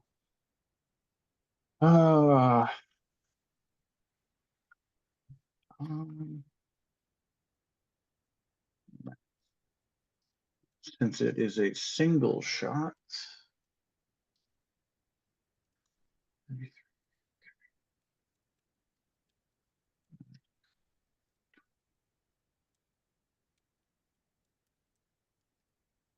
Yeah.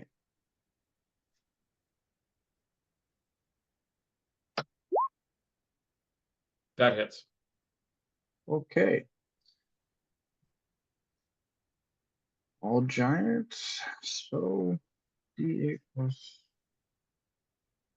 23.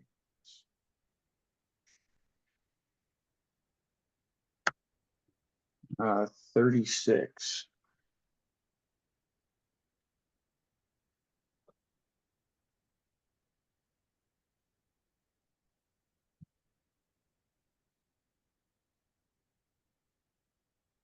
Cool.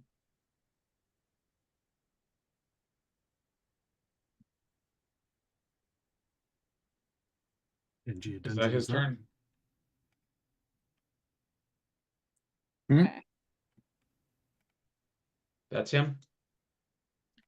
Yep, that's it for Jakardros. Okay.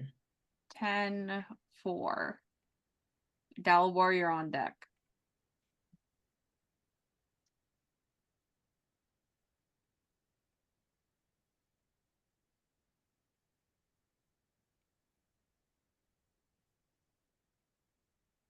Stone.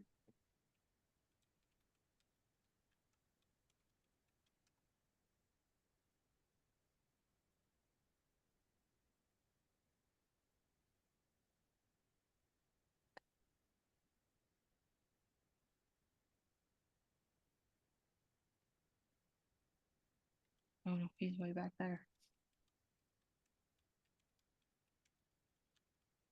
5 groups of stone giants walk out. They throw boulders past the wall. They're going to do 3 groups for the top half, and then 2 groups or 2 volleys into the bottom half. And they're basically whoever this is going to be where the line goes across for the top half. I think that's Miles. Yep. Yeah. So Miles, you get hit by 2, or sorry, 3, and then the people south of Miles get hit by 2. The DC for this volley is 29. And If then you fail the DC, it's 66 bludgeoning damage.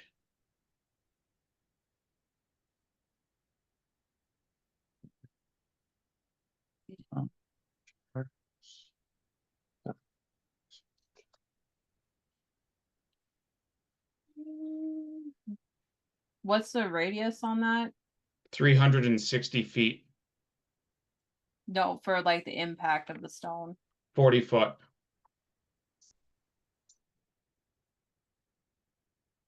And we get a +2 from the wall? +2 from the wall. Okay. So is it centered on Miles? No, that he's just the line because they only have 5 of them, so they have to do like 3 in one area, 2 in the other. Because I think. So they're like. Okay. And then down here is. I mean, technically by measuring it, Miles gets hit by all 5, but I'm just going to do easy math. Yeah. And split it. It looks like Harry just is outside the circle. Oh, is he down here? Yeah, he's the very furthest south one. Lucky day for Harry. What was the DC again? 29. Steffi's good. Okay. How's Seffi's horse? Oh, we are magic wanding the animal companions. All right. So I'm just going to roll a die 20 because Dalibor needs to roll a 1 to fail with the cover.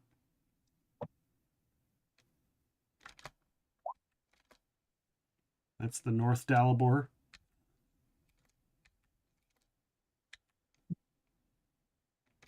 And that's the other one. No nat ones.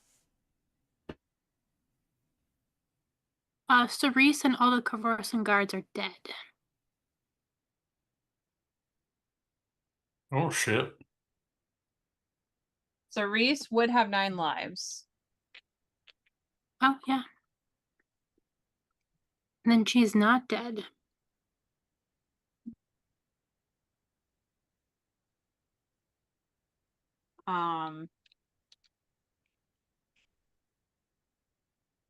She heals 3d6 hit points.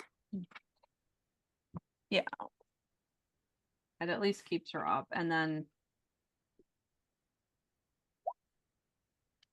11. She's at 11. Well, can she go? How far negative can she go? Oh. All the way? Because 120. I don't think she can heal from that. She's paced. Yeah. No, you'd still have to be in your negative threshold.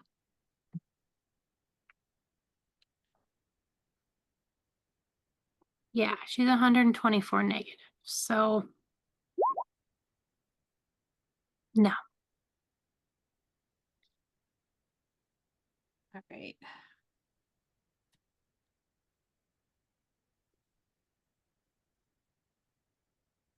Sun Shaman.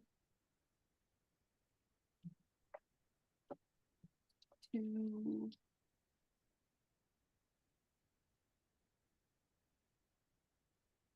Oh. So wow. it was 66 per volley, right? 66 per volley.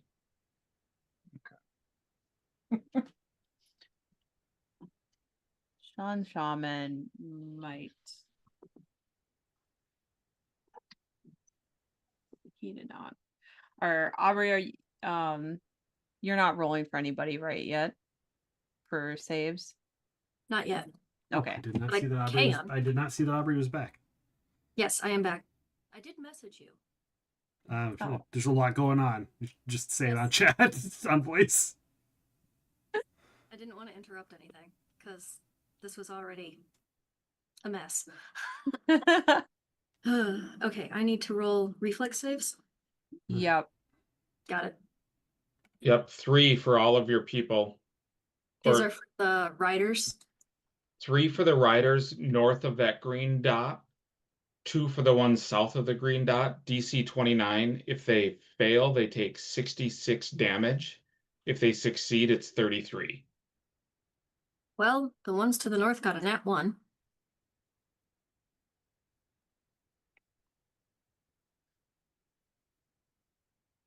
The ones below it got a 19. So they all fail. Apparently. So the top group got hit by 3. So that's 66 times 3. And the bottom group got hit by 2. So 66 times 2. I guess I could roll them again each, but this is fine. I think they might be squished. I Oh, think the they bottom might- ones only have 18 hit points each. They are super dead. Yeah, there's. Yeah. Yeah. I think they are all very dead. So feel free to remove them. Wow. Well, let's just put X's on them because they can be brought back. That's true.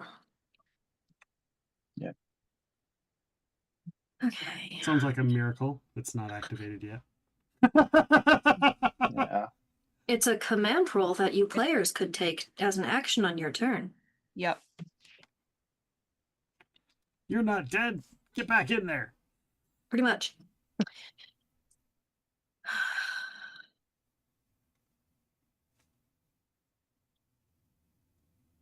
Yeah, I am not having Sephi or Arabella take command roles just because. Talos, no. Yeah.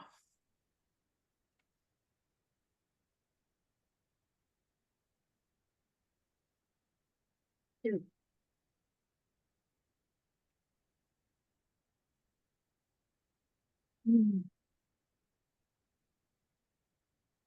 But just as a reminder, there are like the other channel points redeems of heal, helpful spell,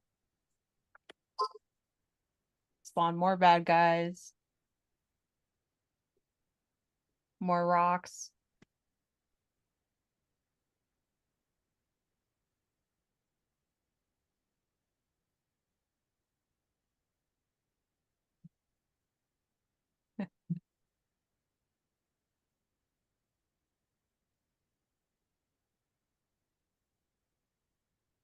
So the DC is 29 for those, Aubrey.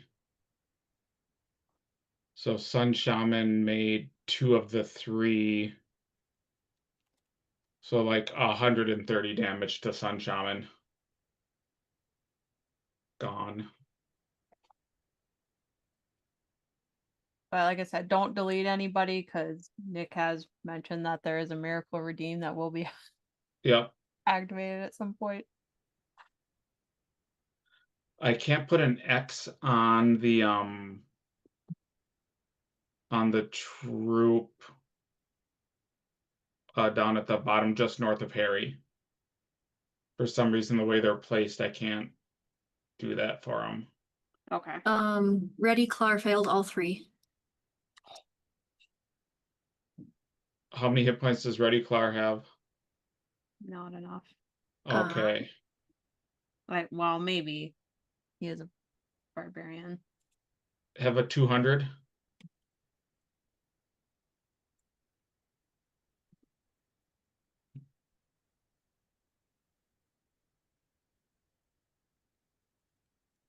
$198 is how much damage Ready Clar took. Are they gone? Okay. And then for Crow Feather? Succeeded 2, failed 1. So 132 damage. They're gone. I can see Yep. their hit points.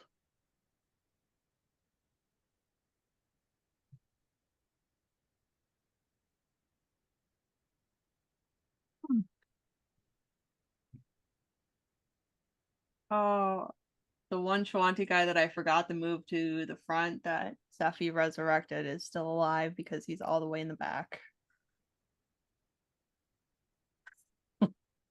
Yep.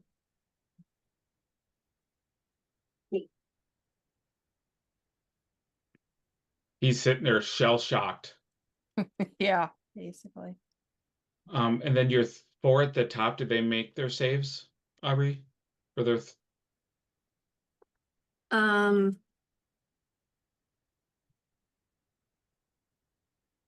They I know made they one of didn't. them. They made one They of them. made 1, failed 1. Failed 2. Because you said they had to take 3 of them as well. Oh, they had to take 3 of them. Okay. That's what you said. Yep.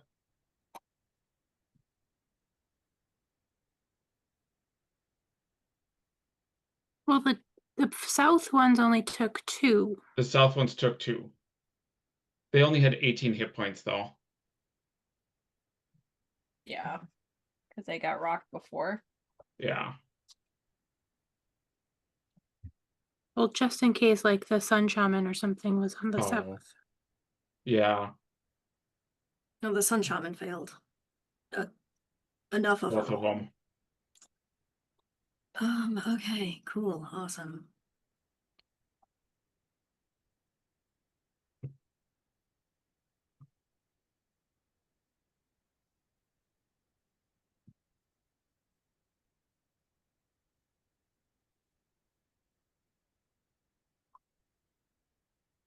That's the Stone Giants. Dalibor. You see, like, not even in 6 seconds, all the Sklar-Quah troops get pummeled. And the Corrosion troops. So I have 2 options. I can try and bring them up. Mm-hmm. But all that will do is give all those giants another round to do the same thing again. Which will completely undo anything I ever did and will waste my entire round. So, Dalibor in the middle. This is the one that has the greater invis. Is going to fly. Okay, so if the stones are going through the wall, does that mean I can fly through the wall as well? No, they're going over the wall. That's because that's where you get the cover. Oh, so they're like underhanding them up and over? Throwing them over, yeah. And then they're just making them drop straight down? Yep. All right.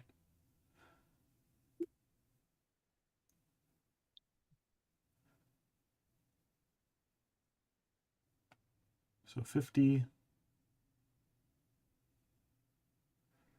We got 60 for haste, right? Plus their 30.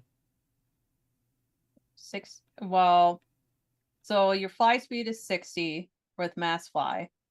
Yeah. And then haste is another 30. Yeah. So you have 90. So I can go roughly to there in a single move.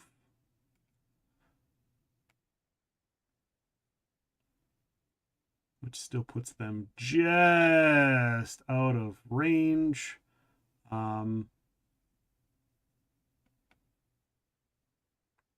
Which really I've got to do what I've got to do what I got to do. So Are you going down at all? Yeah, because you move double when you go down. Oh, then yeah, I'll go down a little bit.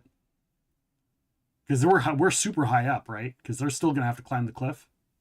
Mm-hmm. As long as I'm like 15, 20 feet up. So yeah, if I can move double, then that'll put me, I can go another, I only need to go like right around, I think like right around here.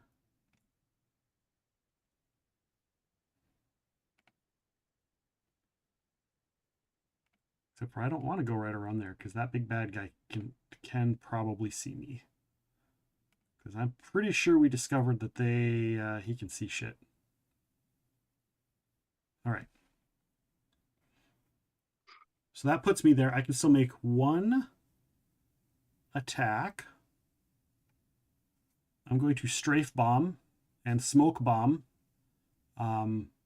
this group here. So we'll hit that first group, that first guy.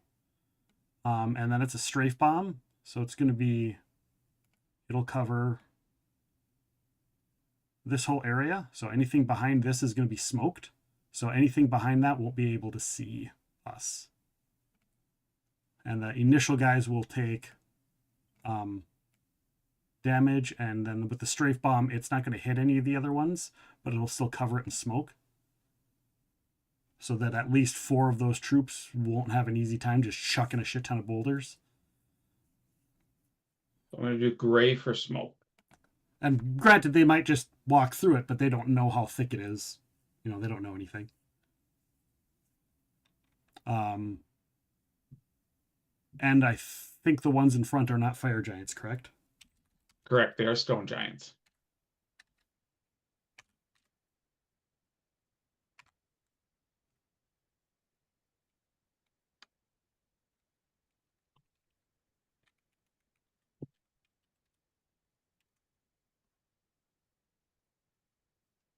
Cheat with all the buffs. Do. They're not within 30. So does a 41 hit their touch AC? Yes.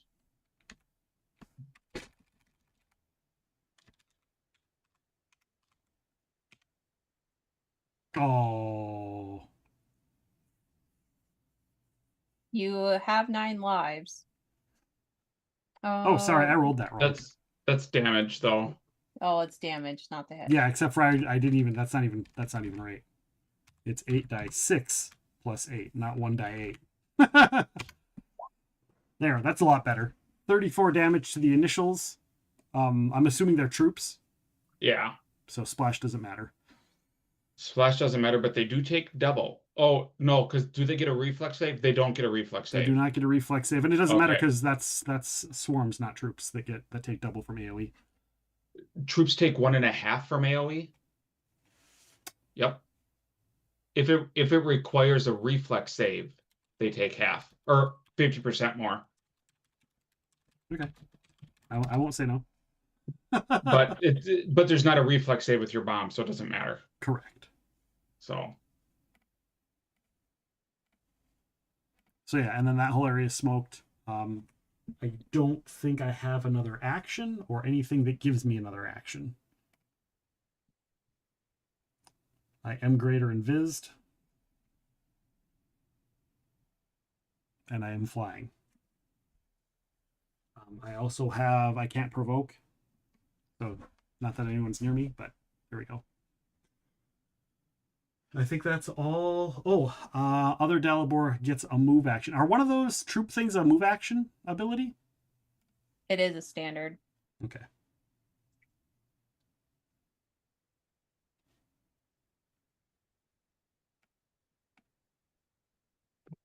He'll move, I guess.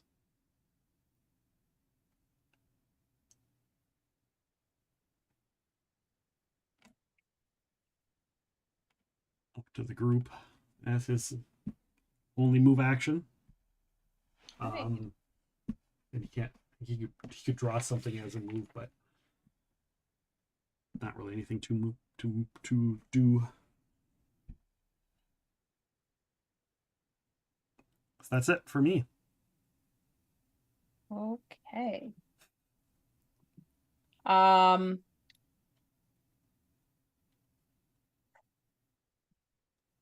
Larissa is getting antsy about charging. Of course she is. I mean, do we expect anything less from Larissa's character? Yeah. She's holding. She slightly resist the. Yeah, she's kind of moving her horse around and pacing in front of the group and looking at the others. And we miracle younged her, right? Nope. Oh no, we had to wait till after she had the baby so that it didn't affect the baby. Yep. Right. Nope. So, but I mean, I'm still counting that as a delay.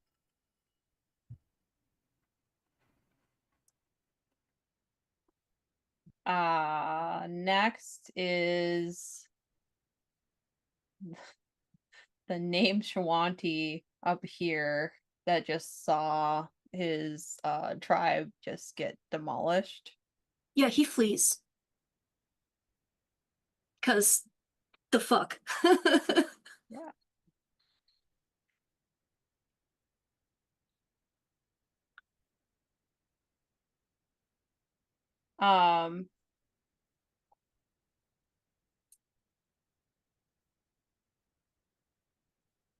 Let's see.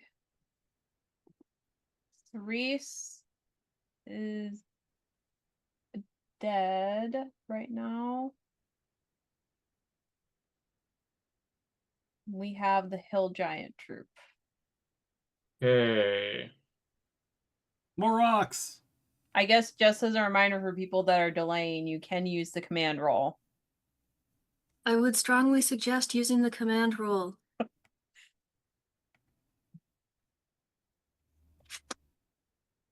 I think the only people delaying are what, Brianna and like Larissa and the people up north.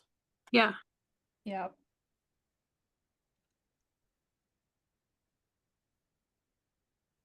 Because Miles went, Chloe went, my people are dead. Yeah. I guess I will be nice, and even the Perhaps people that sorry. I will say you don't have to be at the command camp to use the command roll because we are pretty spread out right now, and you are just waiting. So part of the command roll too is to encourage. It's a little bit like mass combat. You're encouraging your troops to stay and fight. And perhaps some of our Twitch audience could, spend some channel points and help everybody out. Spend them. It's only one round and half the people are dead. More than half are dead. Yeah.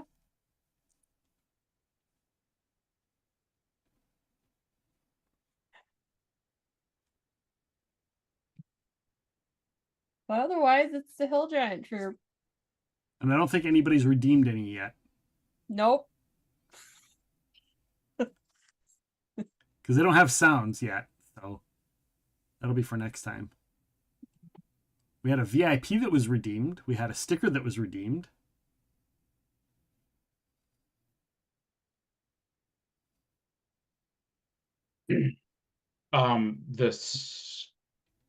The Hill Giants come out, and they have their rocks like ready, but they're too dumb to be able to fire behind the cover. And Dalibor, you had greater invis?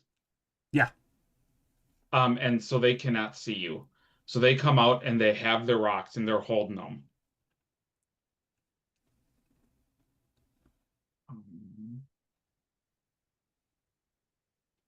That is what they do.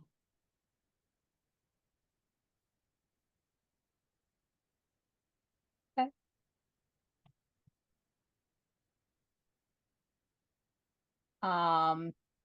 Arovan and I'm assuming Arovan and Cindervike are going to go on the same turn. Yeah. Well, yeah, because they technically go right after another.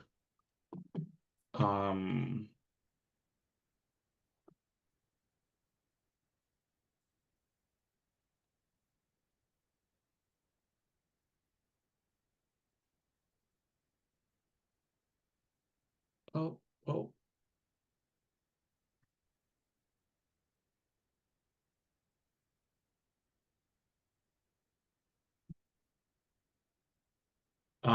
Chat wants us to spawn more tokens.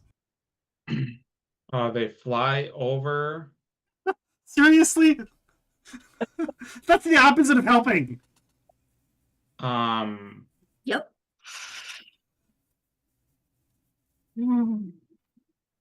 I have to see how far they are away. Give me a second.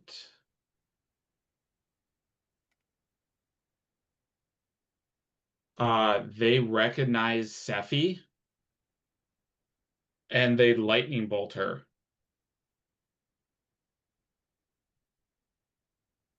They recognize Sephi? Yeah, because they're from the Rise of the Rune Lords. I mean, sure. Actually, are you invisible, Miles? Are you? Nope. Nope. Oh, you came out of invisible. They just chain lightning everybody behind the wall that's still standing. It's only a DC 19. Hang on, how far away are they? 190. They're just within their range. And are they casting a spell or are they using a spell-like ability? Spell-like ability. Okay. Who's primary and who's secondary targets? Give me 1 second, because I forgot that there's a range on there, isn't it? I think it's 30 feet from primary for secondaries. Du-du-du. But I also believe these secondary targets have a lower DC. And If I Miles, remember you right. have Miles, you have the spell resistance buff, don't you? Yeah. So Yeah, that I've got the that would include SR abilities, I believe. So it has to be all like, within yeah. 30. They might not be able to hit. They can't hit Sephi.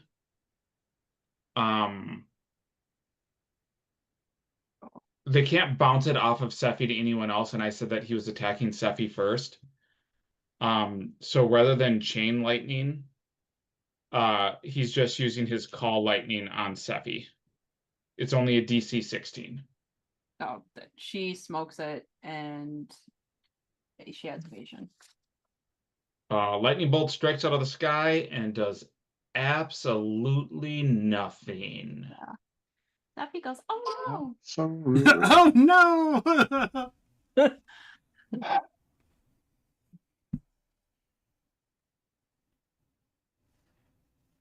no.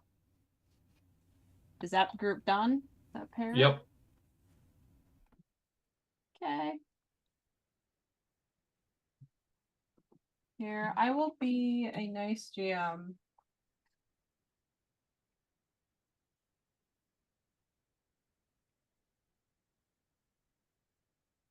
For the spawn? No, the spawn won't happen quite yet. Oh. Oh no. Anyway. Oh. Hello, Red. Red, we've half of our army has died, and we haven't put a dent in theirs. If you feel like spending any channel points to help people out, or hurt them, you know, it's an option too, I guess. Or hurt them. Thank you, Muckies, bro. I mean, we did get a spawn a creature. Yeah, We did. Well, she said she was going to wait a minute before she did the spawn a creature. Yeah. Chat redeems a heal. Look, I cast magical aid. Yay! And Redneck Jedi claimed a heal. Thank you, Red. I appreciate the heal. Okay. Yeah, you don't need to worry about it. And for this game, it doesn't matter. You don't have to put in a name.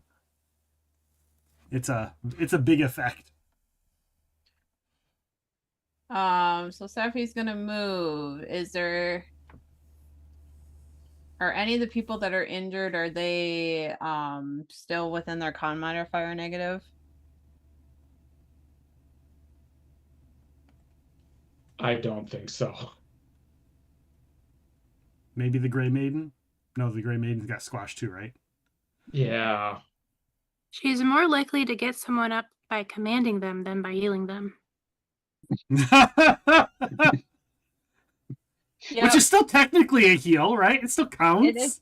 It is so Sephi will use what we'll say is she'll use the command roll and she'll automatically succeed.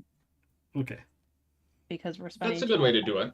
Yeah. Somebody spend channel points. Yeah, there we go. Yeah. And we will get the Corvosan troop up. What do you guys think? 1 or 2 troops for the spending points? 1. 1, 2. I mean, I'm playing bad GM though, so. My vote would be 2 troops or 1 named person. Okay. Let's do the Corvosan troops, and then we will do this troop of the Sklar-Quah. Oh, which one? This one, right? The one right. Ones. Yeah. Thank you, Redneck Jedi. Everybody say thank you to Redneck Jedi. Thank you, Redneck Jedi. Thank you. And actually, we're gonna say that. Well, I mean, it's hand waving because I did helpful spell for the thing. You also did helpful spell. So we're gonna Arabella is going to cast reverse gravity over the stone wall. Oh, so if they throw stuff, it'll just go up and not come back down. Yeah. That I was like sitting here going like, if only we had a wall of force or something. Reverse gravity will be great. Yeah, it's It's like wind wall, but better. Yeah. It's a wild version of that, yeah. Now, that potentially can be helpful or it can escalate things. Well, thankfully the people on the wall are flying already.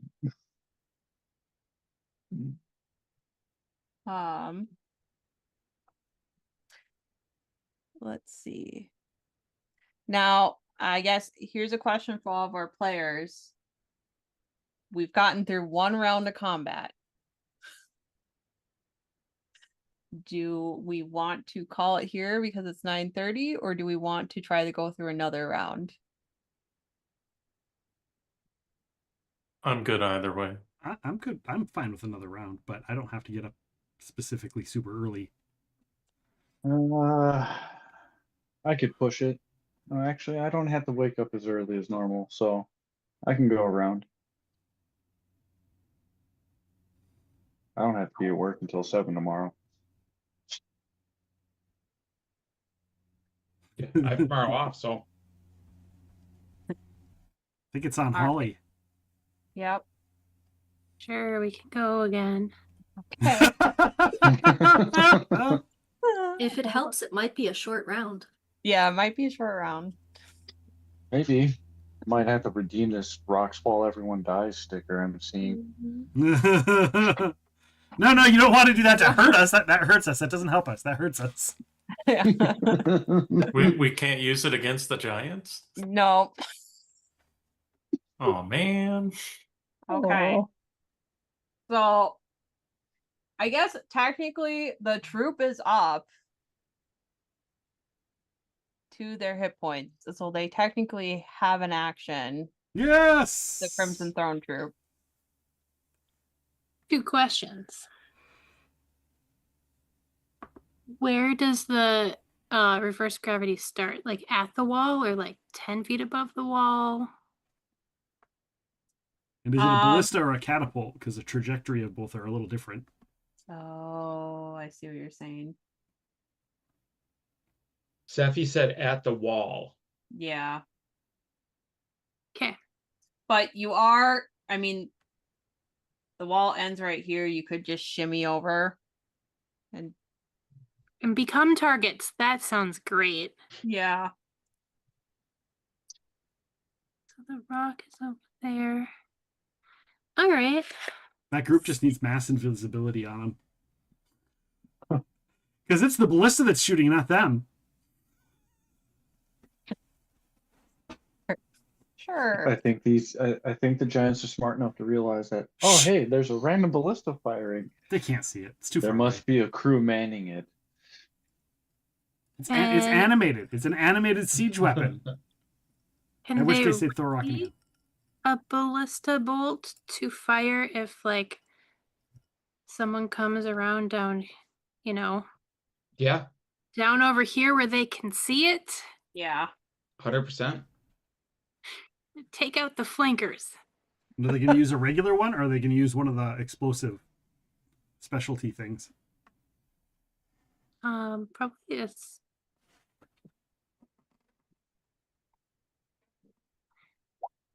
I don't know. They do take 3 points of fire damage if that matters. Because the ground's on fire from the fire giants.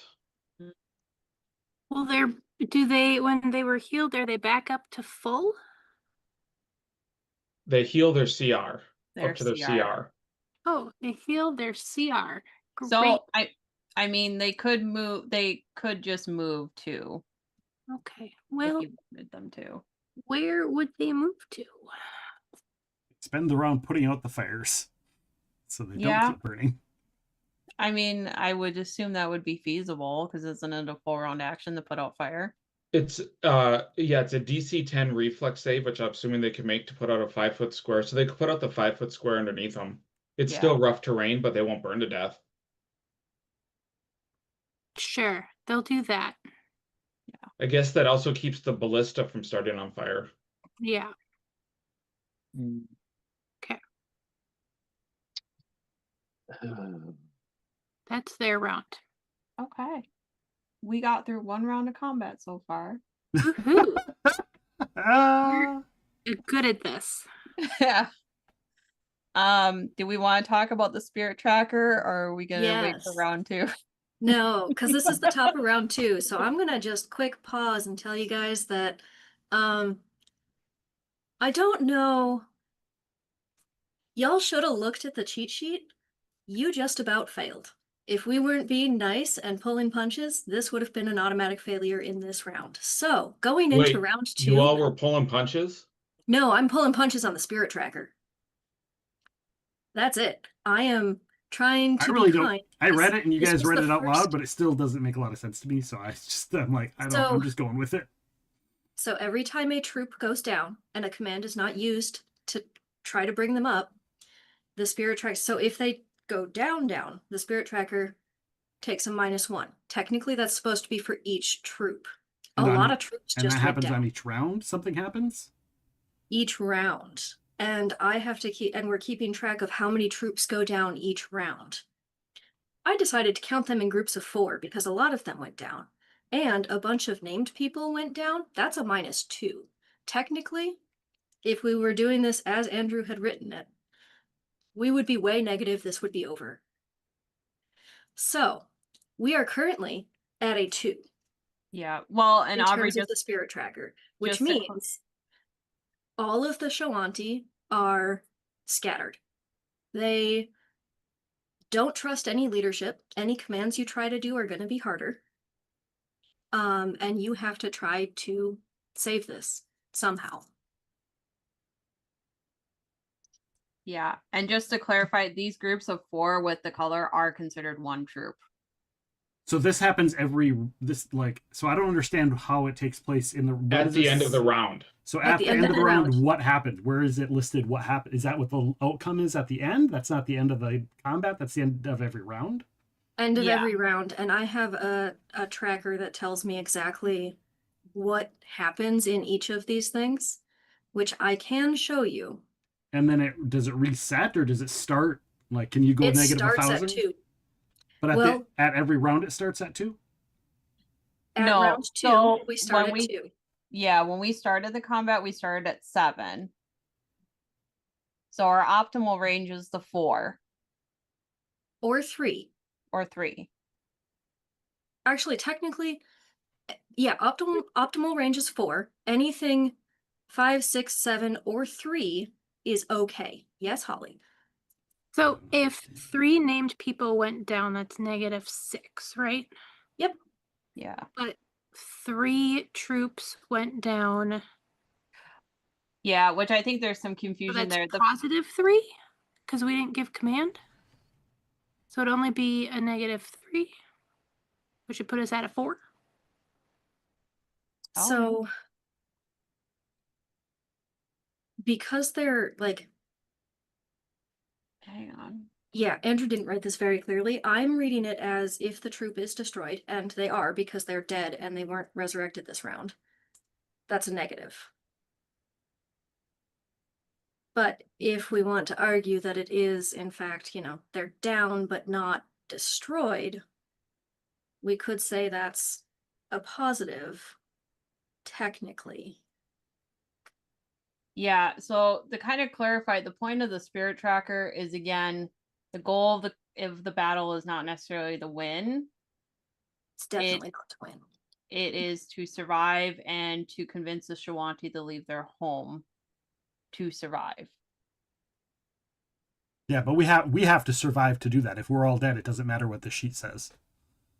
If we're all dead. Right? Right. So we have to survive the battle by actually not dying in 2 rounds. And we have to do this, but we only get 1 action round really to do both. Yep. And clearly the numbers are scaled against the whole idea with this chart. And the penalty, so what is the penalty? Just more people automatically die if we fail every round? Just like troops just start dying? Yeah, so not like in Call of Cthulhu, right? Like in Call of Cthulhu, like succeeding a roll is not always a good thing, right? succeeding a roll can actually be a bad thing and can be detrimental for your character. This is kind of the same concept.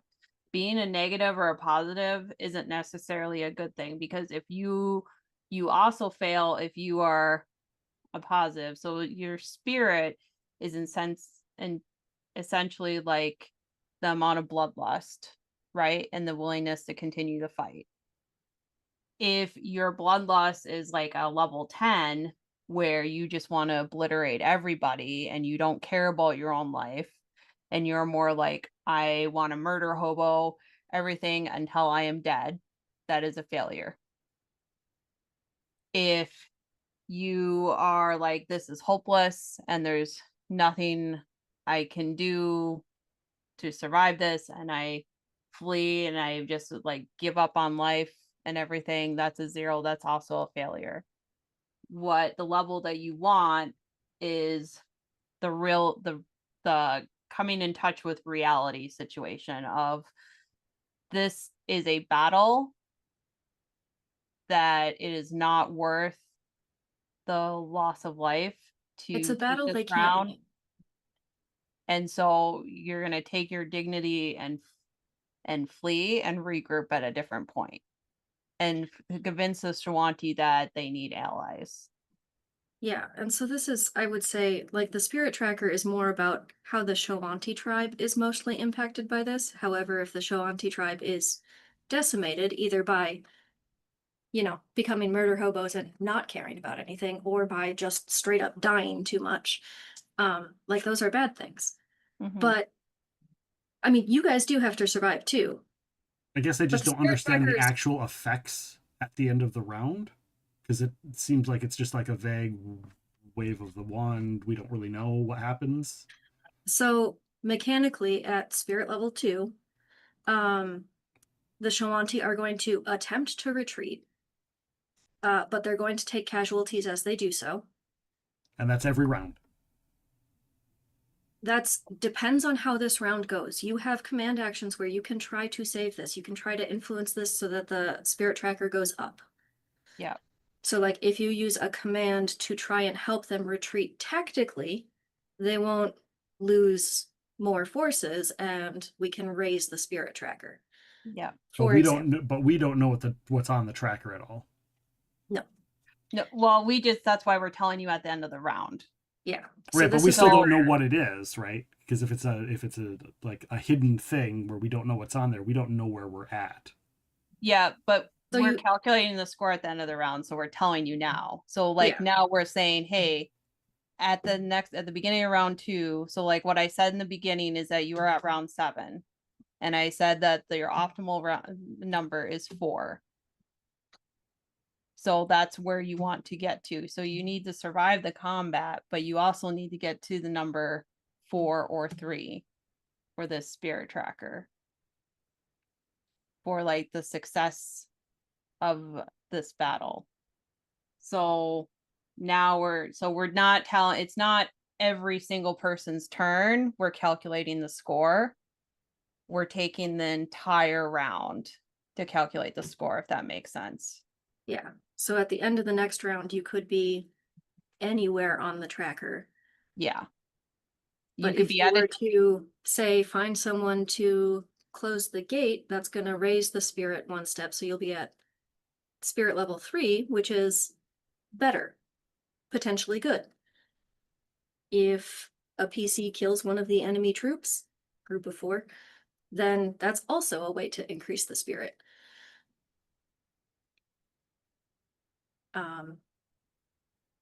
Yeah. Basically try not to do things that decrease the spirit at this point. So try not to let anybody else die. Try to convince them to retreat. That's kind of your goal here in this round. Yeah. And I would imagine it's like, with seeing how quickly this is going, like at the end of next round, I would not be surprised if we fluctuated to an 8. Like we're probably going to overshoot and we're going to go wild numbers for a little bit. And that's okay. It's just, because combat's going to take however long it takes. It's just if you're consistently at a 2, or or consistently at a 10, then that gets progressively harder. Yeah, and like you guys can continue combat past the point of the Shawanti leaving or being completely dead. Like you can continue. So it doesn't stop the combat just because we hit a failure state on the Shawanti or on the spirit tracker. If that makes any sense. Yeah, I'm just like, if we fail one round, then they all just leave and it doesn't matter, is what I'm hearing. A little bit, yeah. I mean, if this had gone to a 0 or to a 10, in this first round, it would have been a failure state, and the Shawanti are no longer of use to you at all, and it would basically just be the player characters And we don't and get your to keep doing it. companions. Right. Okay. Yeah, I So would then it would just just be say, the players to try and figure out what the heck is going on. yeah. So, and maybe next game we can look at doing something like we were trying to do something on Roll20, but we couldn't figure out something that was accessible enough, if that makes sense. Yeah. So that's why we did the thing. But we're learning, and that's why we're like, okay, stop and make sure that this is explained and everything. So that's kind of how we're formatting it now, and we can talk about it later too if we need to like do a check-in in the middle of the round, because the round is quite long too, to kind of just do an FYI of where we're headed. Okay. But So all is not lost. There's still hope. Yeah, but my it's thought was, complicated. yeah. And Andrew makes this very, very, very hard. So we're just going off what he gave us and trying to maybe give you some grace. Yeah. Because he did make this. The rules are contradicting themselves with They are. He did write something wrong. So well, I think some of it is like to, yeah, I'll look at it again, but like it's kind of like in the Call of Cthulhu sense of like, I made an intelligence check. That's great. I know what's actually happening. Oh wait, I know what's actually happening. My sanity goes down. Type thing. So it's like a troop dying and a troop dying for the Shawanti can be good and bad. Because if they're not dying and you're continuing with the bloodlust, then you're not going to ever get down to a 4.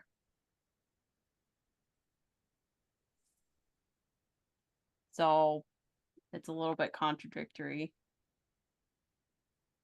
But we can adjust as needed for the next game too. Do you guys still want to try to get through another round? Oh, I'm sorry. I see the thing that is the confusing bit here. So spirit is lowered when a Shawanti troop is destroyed. If we were at a 9 or 10 level spirit, if the troop is destroyed and no command roll is attempted to save them, that's when it goes up. So I will fix that in the. Oh no, it's in. Also, a Shawanti troop is annihilated. It's a -2, and then if a Shawanti elder or champion dies or flees, a -2. But if a Shawanti champion, or if a named Shawanti leader is killed, it's a +2 on a spirit level 8. If we're at level 8 or higher. So since we started at level 7, it was still a negative. Because some of those are But only if the spirit level is higher and they're all in a bloodlust and a Shawanti leader dies, then that increases their spirit because it calms them down. Well, it increases their spirit because it makes them more. It gives them more bloodlust. They get more. Yeah, I get it. Yeah. And kind of like that's my level of rage. Yeah. 0 is I'm gonna go get drunk and be sad and give up. 0 is I have no will to live anymore. I am. So if it's high, something makes it worse, and if it's not, then it doesn't necessarily make it worse. Not necessarily. It depends on how low we are. Yeah. If you're high, going higher is bad, and if you're low and going lower is bad. But if you're in the middle, it really doesn't matter. It's pretty. Yeah. Middle is pretty much where you should aim for. Because even if I you kind don't of get it now. get it a level 4, then you're fine. Yeah. Like, just somewhere between 7 to 3. It's kind of what you're aiming Thank you for explaining it like I was 5, because I needed it I needed it. No worries. Well, this is honestly why I said I think we're gonna maybe get through 1 to 2 rounds of combat. Yeah. Because And this of is something that I had to read through like so many times, and not having had to explain it to somebody who didn't read through it so many times. Like, Right. I didn't know how to explain it to make someone else understand until you guys asked all these questions. Yeah. So that's also helpful. Yep. Well, and now we know. So I'm glad we didn't do the full round, because like we spent that whole time this round, doing that and catching up on our time frame. Yeah. Well, and that's why I increased the heals and the bonuses. And that was me. Yeah. So chat, hey chat, you can really impact this battle one way or another, just so you know. Pay attention to those channel point redeems. Decide if you want these players to succeed or not. But all right. But yeah, we can go through a round of combat, or like it is 10 o'clock almost. Yeah, probably not so much anymore. Yeah. In my mind. Probably not. Yeah. And we can start next session by going over the spirit tracker again before we start combat, just so we all remember what's going on. Yep. Sure. Especially since we're going to be at the top of the round. Yeah. Yeah. Yep. And if it would be helpful, I will try to update the cheat sheet with sort of a written out explanation of how it works. With more, more explanation, not just a cheat sheet format. Well, and I guess now that I kind of get the idea of a grasp on it, I'm not quite as confused, because I was to the point where I was like, whatever happens. We'll figure it out. Fair.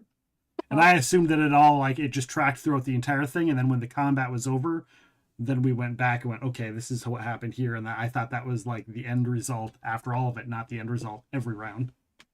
Oh yes, it's every round. Yeah. Well, that's good. That's a good test round. Yeah, we figured it out. Yep. For everybody that was in chat and was here hanging out with us, please, I want to thank you all for hanging out through the combat. I know sometimes combat is just like, sitting there and just hearing us chat in the background more or less, and like hanging out for the shenanigans that ensue and the potential arguments, and to watch us all die, right? Watching us all die. Yeah. And for the handful of you that have been here since the very beginning of, Crimson Throne, thank you guys. You guys might get to see the demise of some of these characters that you saw at like 5th level way back when. 5 years ago, 5+ years ago, or whatever it was. So it's not my fault. It's not my fault. All right, guys, we are going to raid on out.